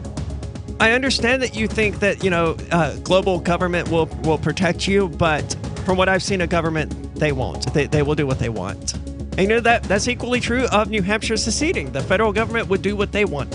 What are your thoughts? 603-283-6160. More coming up here about thinking freely and being free. Free Talk Live's video archives have been on LBRY for years. LBRY is an uncensorable, decentralized, blockchain-based media sharing protocol, and we're big fans of it here on Free Talk Live. In 2020, LBRY launched Odysee, a video sharing website to compete with YouTube, and it's really taking off. Now with over 1 million channels, many of whom are disaffected YouTube creators. During YouTube's crackdown for not towing the government line on COVID, the Free Talk Live YouTube channel started receiving strikes and could be completely taken down at any moment. Thankfully, Odysee started offering live streaming, so we're now streaming live every night and posting our video archives permanently to Odysee. You can watch live or anytime on our Odysee channel by visiting video.freetalklive.com. If you want to go all in, download the desktop app at lbry.com, and then every video archive you watch, you'll help seed and keep it online forever. At minimum, we ask you visit video.freetalklive.com and follow us on Odysee today. video.freetalklive.com. From Feature Story News in Washington, I'm Simon Marks with the Week in Review. And the week ended with the much-delayed Tokyo 2020 Olympic Games officially beginning in the Japanese capital. On opening day itself, protesters took to the streets of Tokyo, demanding the tournament be scrubbed because of the risks created by COVID-19. But the head of the International Olympic Committee says the Games represent a huge opportunity for the world to come together despite the pandemic and despite the absence of spectators. Rob Harris, global sports writer with the Associated Press, is in Tokyo. It's been very much a somber atmosphere at this opening ceremony, a real downbeat tone, which is reflecting the local mood in Tokyo, the national mood in Japan for a Games that really many did not want to see go ahead. It's already been delayed a year, of course. It was due to be staged in 2020, given the name, the 2020 Olympics. And it's gone ahead despite the fact the Tokyo area is in a state of emergency. The White House was accused this week of attempting to cover up so-called breakthrough cases of COVID-19 that occur when a fully vaccinated person contracts the virus. It was only after reporters probed rumours of an infection on the White House campus that Press Secretary Jen Psaki revealed it wasn't the first. Let me confirm that yesterday a fully vaccinated White House official tested positive for COVID-19 off campus. In accordance with our rigorous COVID-19 protocols, the official remains off campus as they wait for a confirmatory PCR test. Meanwhile, President Biden caused controversy by telling Americans they can't contract COVID after they've been vaccinated, even though in Los Angeles County alone this week, 20% of positive cases were among fully vaccinated Americans. The Centers for Disease Control may change course in the coming week and tell all Americans to start wearing face masks again as the Delta variant spreads. There were extraordinary scenes in central China, where at least 25 people died in what meteorologists say were the heaviest rains for 1,000 years. Jiangsu in Henan province was the epicenter, with some people becoming trapped in trains and tunnels of the city's underground system. FSN's Beijing bureau chief is Patrick Fock. The images that we've seen include pictures of roads completely submerged and cars getting washed away, as well as water bursting into subway stations. And of course, these particularly harrowing images of people trapped in trains almost neck deep in water. Billionaire Amazon founder Jeff Bezos took his first trip into space this week, but America swooned over one of his 3 fellow passengers. 82-year-old Wally Funk became the oldest person ever to head into space. I loved it. We had a great time. It was wonderful. I want to go again fast. I think she enjoyed it. From bureaus worldwide, this is FM. Our Matrix server is about as free as internet chat can be. Join the existing rooms or create your own at chat.freetalklive.com.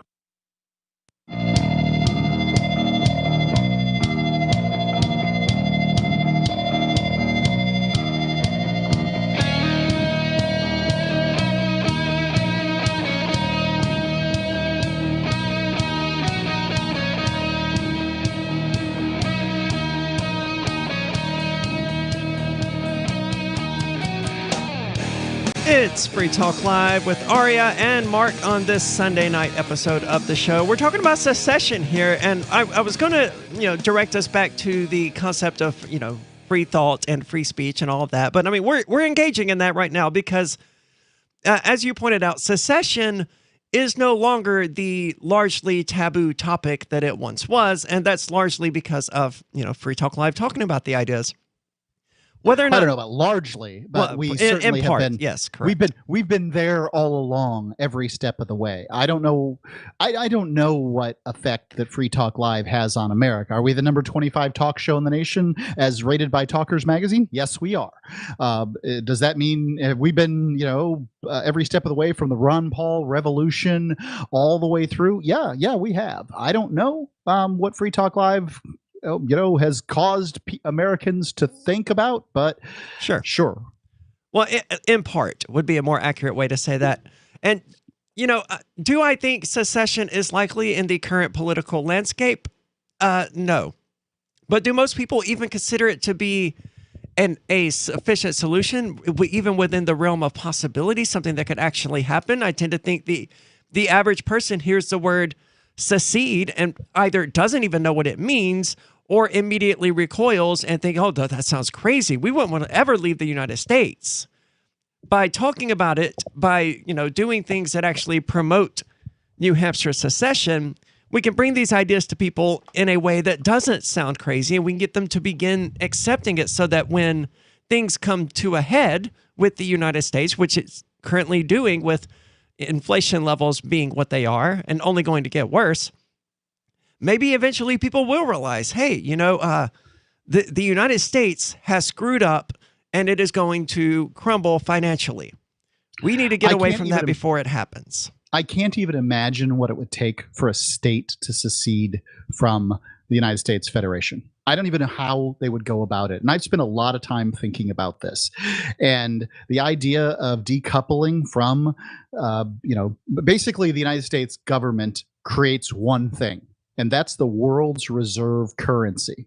It, puts on order all kinds of weapons and these sorts of things, but it essentially is the producer of money for the planet.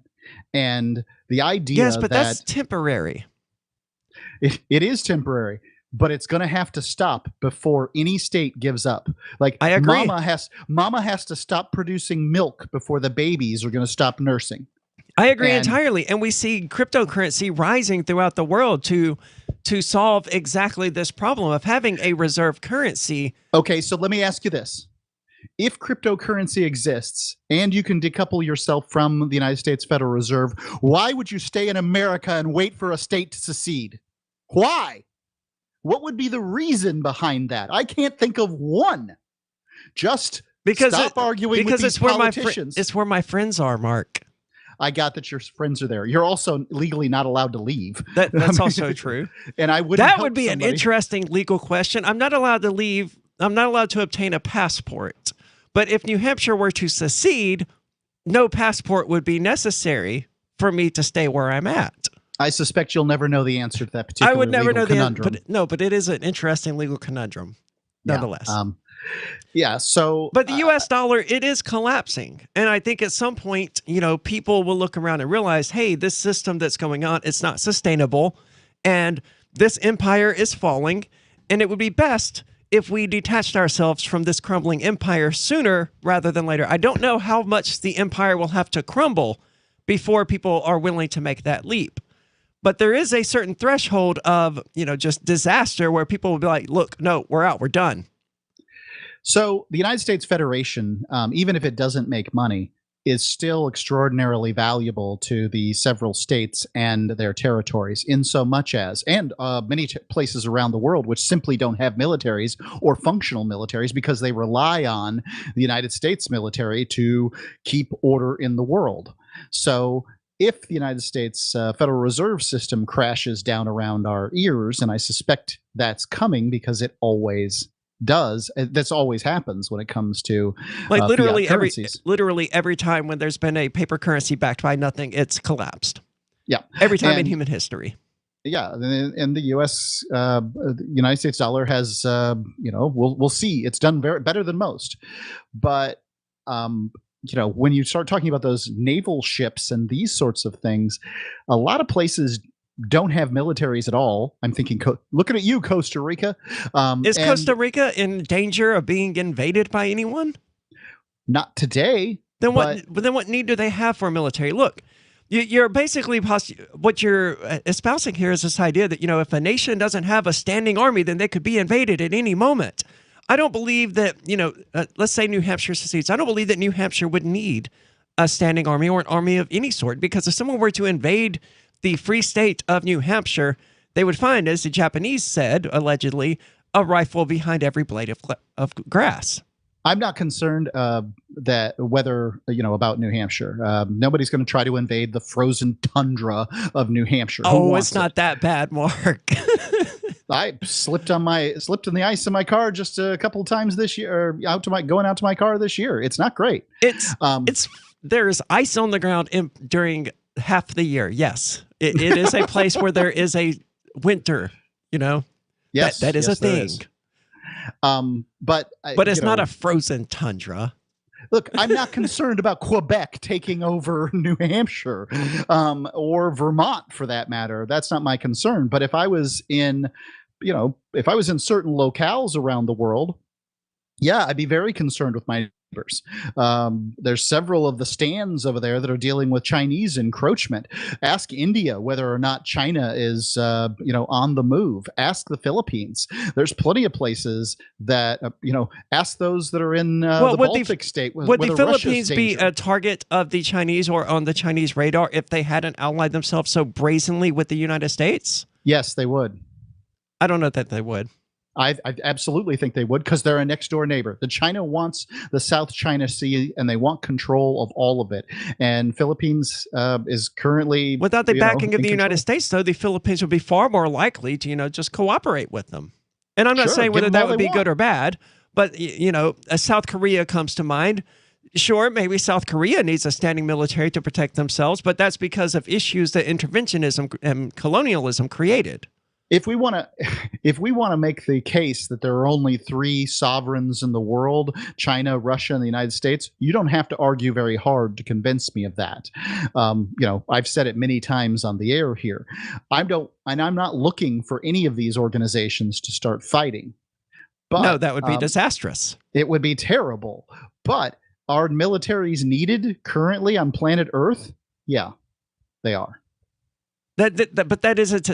Some places need militaries, yes, because the idea of everyone laying down their arms simultaneously and say, "Hey, we're not going to fight anymore," that's utopian and unrealistic. I don't think that's going to happen here on Earth. But not every place on Earth needs a military, and plenty of places could secede and not be at risk of being attacked.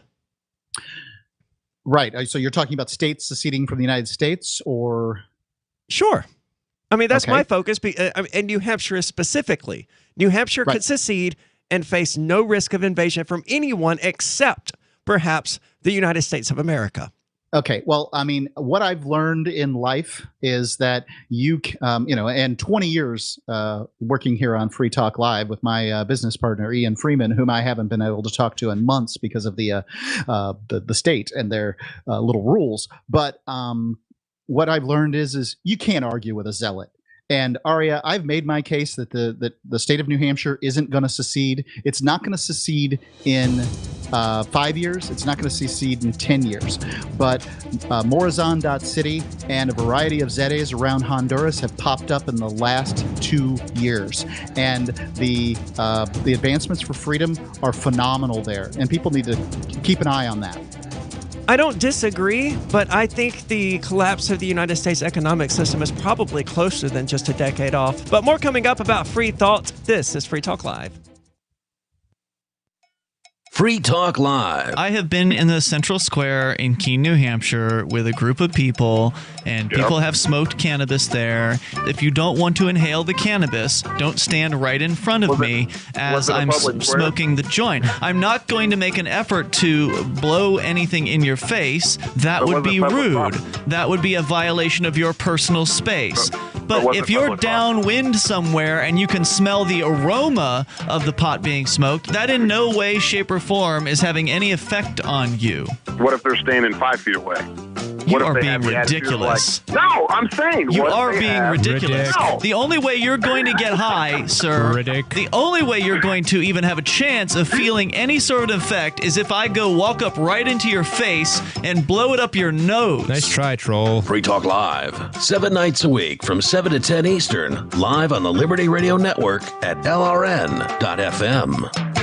There are basically two types of advertising, direct response and branding. Radio's great for direct response with its low cost to listener ratio, but audio can't be beat for branding, which is a longer-term endeavor. You want to be the first thing that someone thinks of when they think about your product or service. If you have a local business that you want kept top of mind in your community, call the station. If you need national reach, Free Talk Live's got around 200 radio stations, millions of monthly listening sessions, can suit all budgets, and if we don't think we're right for you, we'll tell you. Email me, mark@freetalklive.com. The LRN.FM social media channels have been revamped. We've eliminated Facebook and focused on other platforms like Twitter and Mastodon, the decentralized alternative to Twitter. On our accounts, you'll find posts from multiple LRN.FM show hosts together in one place. Follow us on Twitter at twitter.lrn.fm, or better yet, move to the decentralized Mastodon social media platform at toot.lrn.fm, toot.lrn.fm. I think you'll like it. Hey, you are going to love the movie Victimless Crime Spree. It's hilarious, heartwarming, and carries a ton of inspiring freedom messages. Feeling down about the lack of liberty in your life? You need to put on this film with some friends and have a good laugh. It's a true story about me and my friends in New Hampshire living free, singing, dancing, and getting arrested. Of course, it's all on video, and the bad guys, the cops, judges, bailiffs, and sheriffs, they all play their part like it's out of a movie or something. You would think we scripted the whole thing, but it's real life. Go ahead and have a watch, and if it's been a while, have another look. I guarantee you'll notice things now that you didn't notice before. And the best part is that you're going to walk away feeling a renewed sense of your own power. You are the master of your destiny, and you will be free in your lifetime. Victimless Crime Spree. There are lots of ways to listen to Free Talk Live. Our podcast has been around since podcasts began, and now the FTL feed is loaded with content besides our full show archives. Did you know that we make it easy for you to customize your podcast subscriptions? We have different feeds, one that includes only our full shows, one with just the Daily Digest, and our main feed that includes everything. You decide what you listen to. It's quick and easy to customize your feeds at feeds.freetalklive.com. That's feeds.freetalklive.com. Looking for a great real estate investment? Consider New Hampshire, which is ground zero for the Liberty Movement. Your first call should be to Mark Worden from Porcupine Real Estate. He's more than just a real estate agent. He's your New Hampshire concierge. Where are the best places to live? Do you want farm, city, the burbs, or forest? Do you want a duplex or multifamily building so that renters pay your mortgage? There are homes in all price ranges in New Hampshire, and Mark can help with financing too. Invest in liberty and property. Mark Worden can help. PorcupineRealEstate.com. you can stick it to the man and big tech. Join our FTL social mastodon at social.freetalklive.com.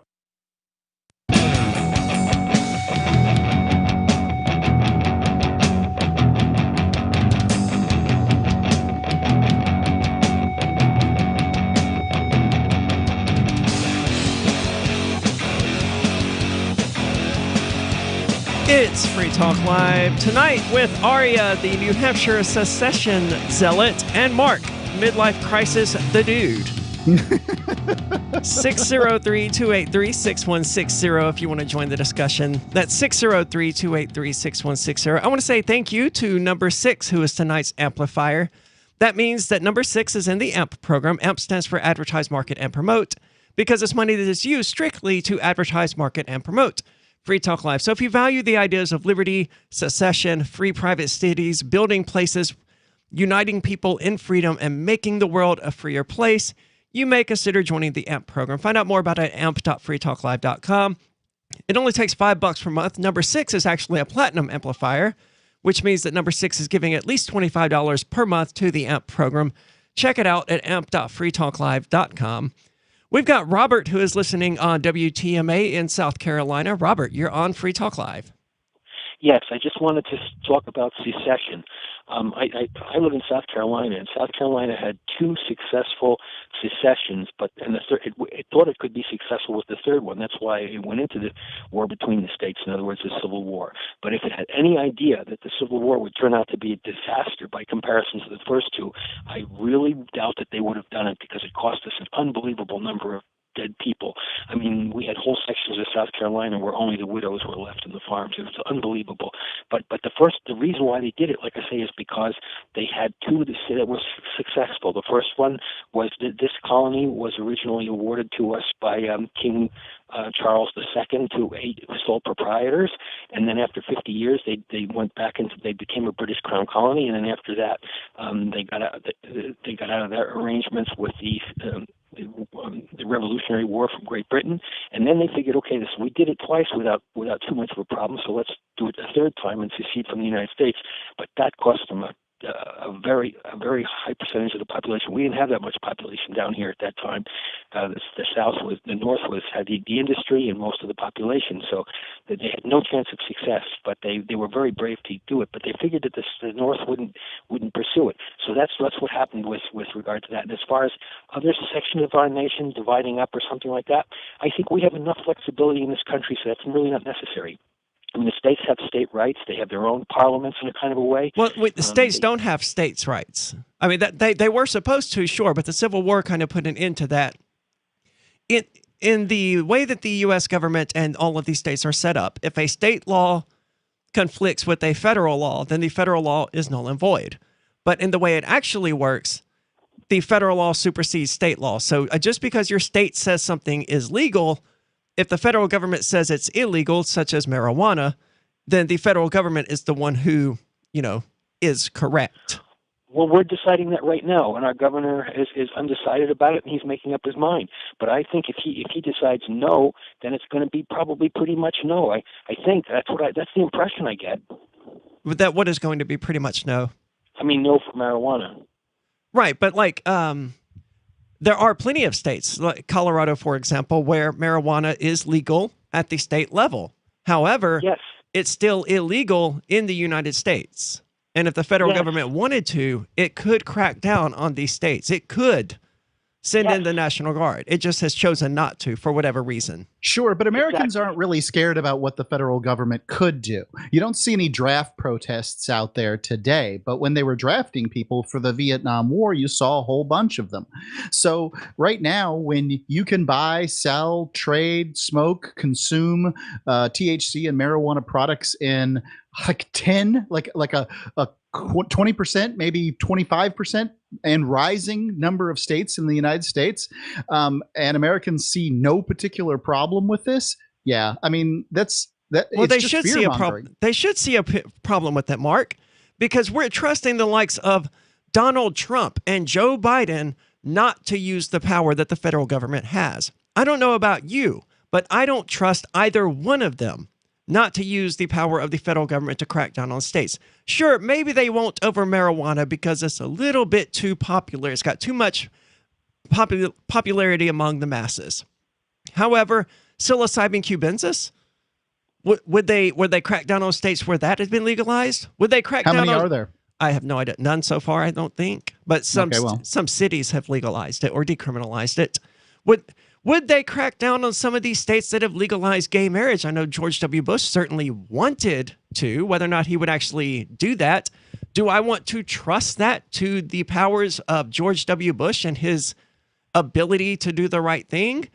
That we have a tyrant in office who chooses not to drop the hammer on our heads should concern us, because there is still a hammer on our heads. Just because they haven't tried. That's not fear-mongering. That's a realistic analysis of the situation. The federal government has done it before. If a state won't stand up to defend its citizens that are doing legal things, how in the world could you possibly imagine that state would stand up and separate itself from the federal government, who give it money all of the time? I mean, right now in the state of New Hampshire, it is completely legal to buy and sell Bitcoin. But my co-hosts, yourself included, are currently being held, one of which is still in jail, but currently being held on bond for just this. Has the state of New Hampshire stepped up and said, hey, federal government, you're stepping beyond your bounds? Not for a second, and they're not going to. So don't imagine for a second that for a moment, for like, don't take the breath it takes. No, You've Mark, got a limited period of time here on the planet. Stop arguing for the state of New Hampshire, for God's sake. There's nothing that great about it. Let me clarify the situation. I don't expect or want the state of New Hampshire to do anything, but the people of New Hampshire, reaching them with the ideas, that is the valuable part. That is the valuable part. Not getting some district attorney for the state of New Hampshire to stand up and say, hey, no, federal government, you can't do that. It's to get the people of the state of New Hampshire to hear these ideas and say, you know what? That is wrong. That is backward. This sounds like, to me, Aria, it sounds like everybody else who's ever started a Move Here project.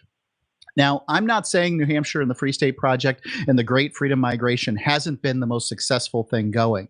But what I'm telling you is that at some point, and that point is going to be in the very near future, moving to New Hampshire is going to be silly compared to moving out of the United States to some other locale for more freedom. Well, maybe for people who can leave the United States, that's a possibility. I hear you. And, I want the very best for those that cannot. That's for sure. The problem with moving out of the country is you're faced with a lot of other changes in your life, and most people are not going to do that for that reason. What kind of things are you talking about specifically? Well, you have to change your language. You have to your relatives are going to be left back in the United States for the most part, unless you have close connections with another foreign country. Every aspect of your life is going to be different. I mean, I realize I'm unique, or maybe not unique, but rare in that regard, and that I don't really care if I never see my relatives again.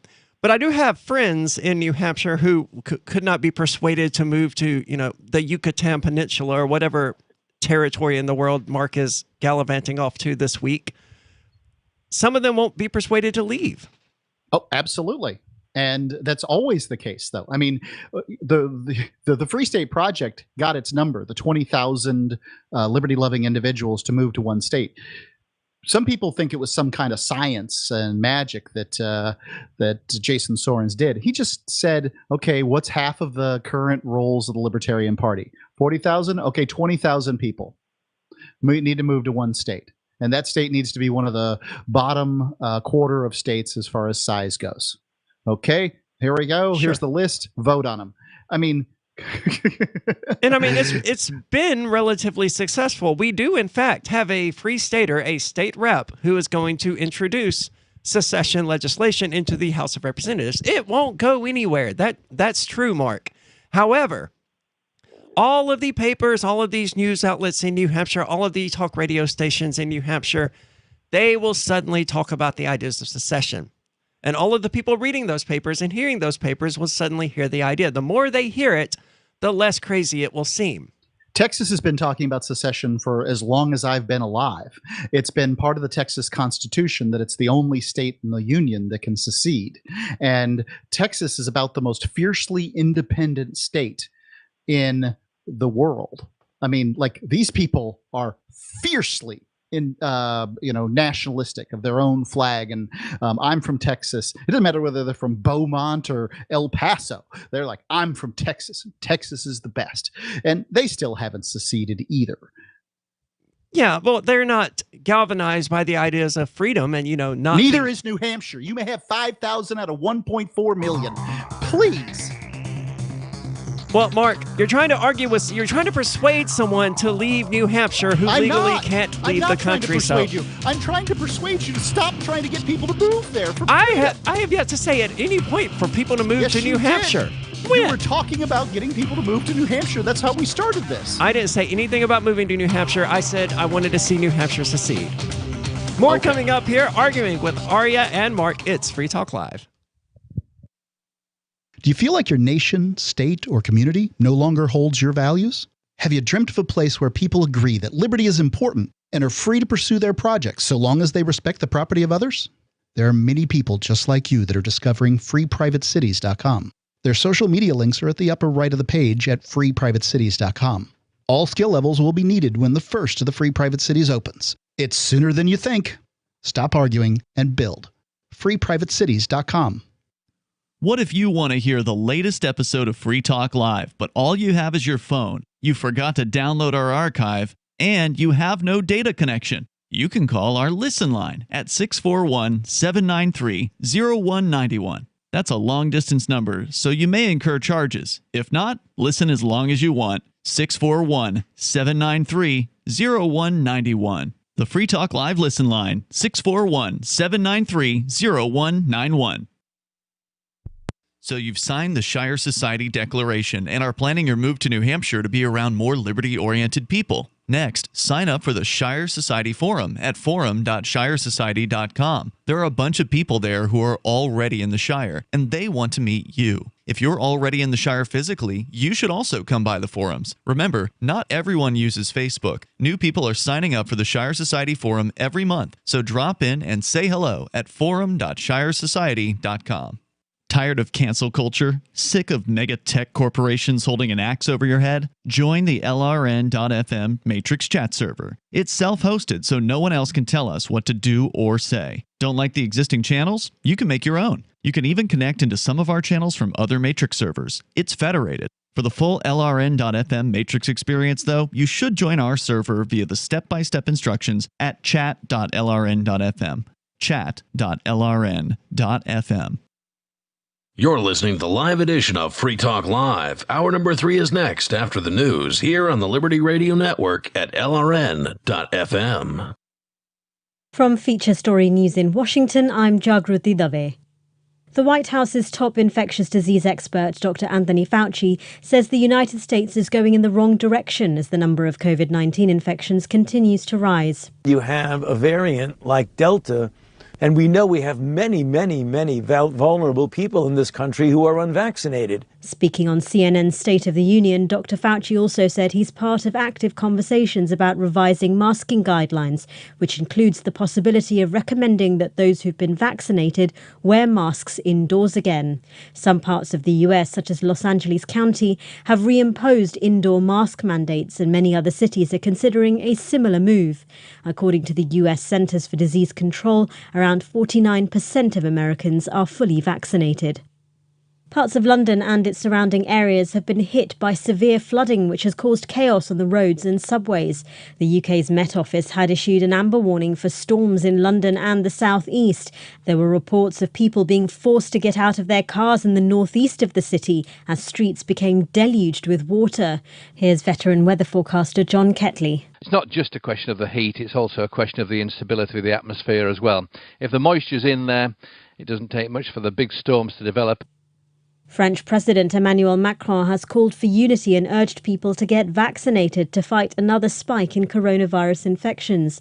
He made the call during a visit to Tahiti, and it came after thousands of people took to the streets of France over the weekend to protest against the government's COVID-19 vaccine passport.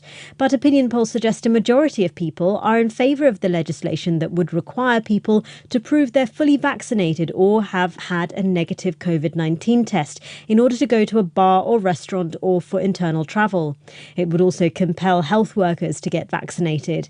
David Chazan is a correspondent based in Paris, and he says while many people in France view the move as an infringement of their civil liberties, there are already laws effectively mandating certain vaccinations. Parents are obliged by law to get children 11 different vaccinations before the age of 2. And if parents refuse to do that, they are barred from sending their kids to school. So it's not the first time that a vaccination is being made compulsory in France. There have also been protests in Sydney against coronavirus lockdown measures.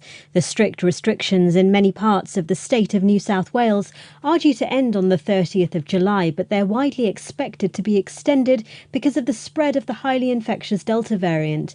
New South Wales reported 141 new COVID-19 cases on Sunday, and authorities are worried that Saturday's demonstrations could cause a surge in new infections. From bureaus worldwide, this is FSN.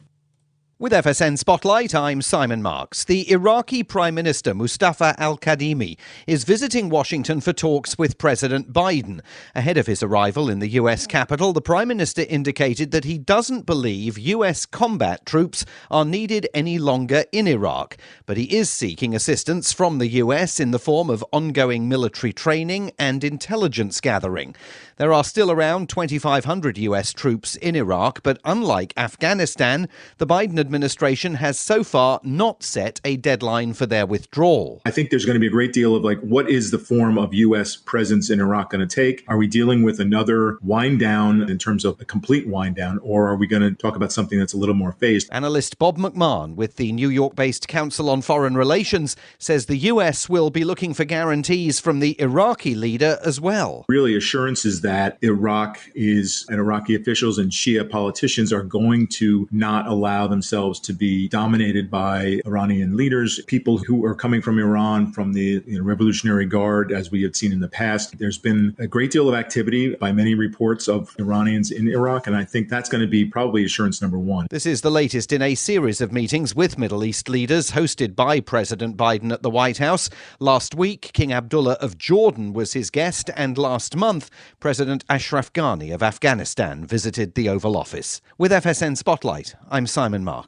The main headlines again. The White House's top infectious disease expert, Dr. Anthony Fauci, says the United States is going in the wrong direction as the number of COVID-19 infections continues to rise. Parts of London and surrounding areas have been hit by severe flooding, which has caused chaos on the roads and subways. French President Emmanuel Macron has called for unity and urged people to get vaccinated to fight another spike in coronavirus cases. And that's the latest from Feature Story News. I'm Jagrati Dave in Washington. A man thanks God he's not sexually attracted to children, and Popeye's home is burglarized. Week in and week out, you come back like a housebroken Pomeranian, loyal to the bitter end. Good boy. This is the Onion Week in Review. Georgia's Cobb County Evangelical Hospital held its 5th annual Walk to Cure Gayness today, reportedly drawing thousands of participants to raise funds that would cure sufferers of their homosexuality and make gayness a thing of the past. Hospital administrators told reporters that funding from the walk would go into providing new state-of-the-art gayness treatment equipment, along with remodeling the hospital's physical therapy center, which has spent nearly 14 years reteaching gay men how to walk properly. Oh God, I was a goner. But as you can see, I'm now happily married to a woman, and as of next month, I will have been in full remission for 2 whole years. I'm just so very, very happy. Everything's really good in my life. This is the Onion News Network.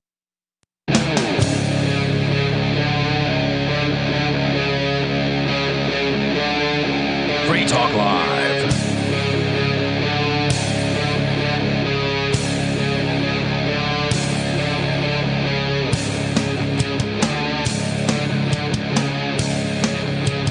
It is Free Talk Live, 603-283-6160 if you want to join the conversation. That's 603-283-6160. With you tonight, it's Aria. And Mark Edge. And we've been talking about secession here and free private cities and just ways in which people can be free. Now, Mark, when I talk about the ideas of secession, I want to be clear. I don't expect to see it in my lifetime. Even if the United States government collapses, I don't expect to actually see a free society until human beings are actually colonizing the stars or planets around the stars. Because as it is, every single inch of land on this planet is claimed by one state or another. And I firmly believe that if one of these free cities actually becomes prosperous and free, it will cause governments of the world, rather than desiring to compete with them, to just send in their militaries. Why haven't the governments of the world sent in militaries to Singapore? Why didn't they do it to Hong Kong? Macau, for instance, was very, very prosperous at one point before China took it back over. Well, then China did send in their militaries then. Right. Okay. Well, then you could consider that, there was a nefarious act by the government of Great Britain when it gave Hong Kong back to China. But I'm curious about Singapore then. Singapore was told that basically it wasn't welcome in Indonesia or Malaysia, and that it was basically kicked out on its own. So it created its own little country using basically free market capitalist ideas. Now, certainly it's not socially free, and they decide where people live based on the color of their skin. But yes, and that's not causing anyone to go, God, Singapore sounds great. It's so free and prosperous. I need to move there. Oh, people are moving to Singapore hand over fist. I mean, yeah, and Singapore is also arresting people for criticizing Islam on the internet. So I don't know how many people are really.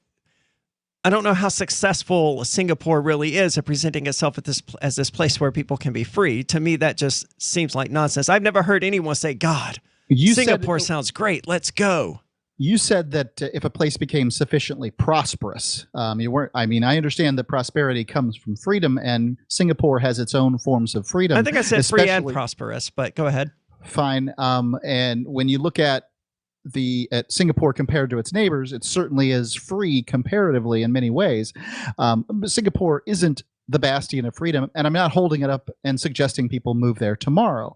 But we've seen what happens when there is a place that is free and prosperous and technologically advanced. We've seen what happens. It causes this massive influx of people who want to come there and experience that. And that's what made the United States the country that stopped being free and prosperous, obviously. But at one point in time, this was the land of the free. This was where everyone wanted to go to experience those freedoms and engage in that prosperity.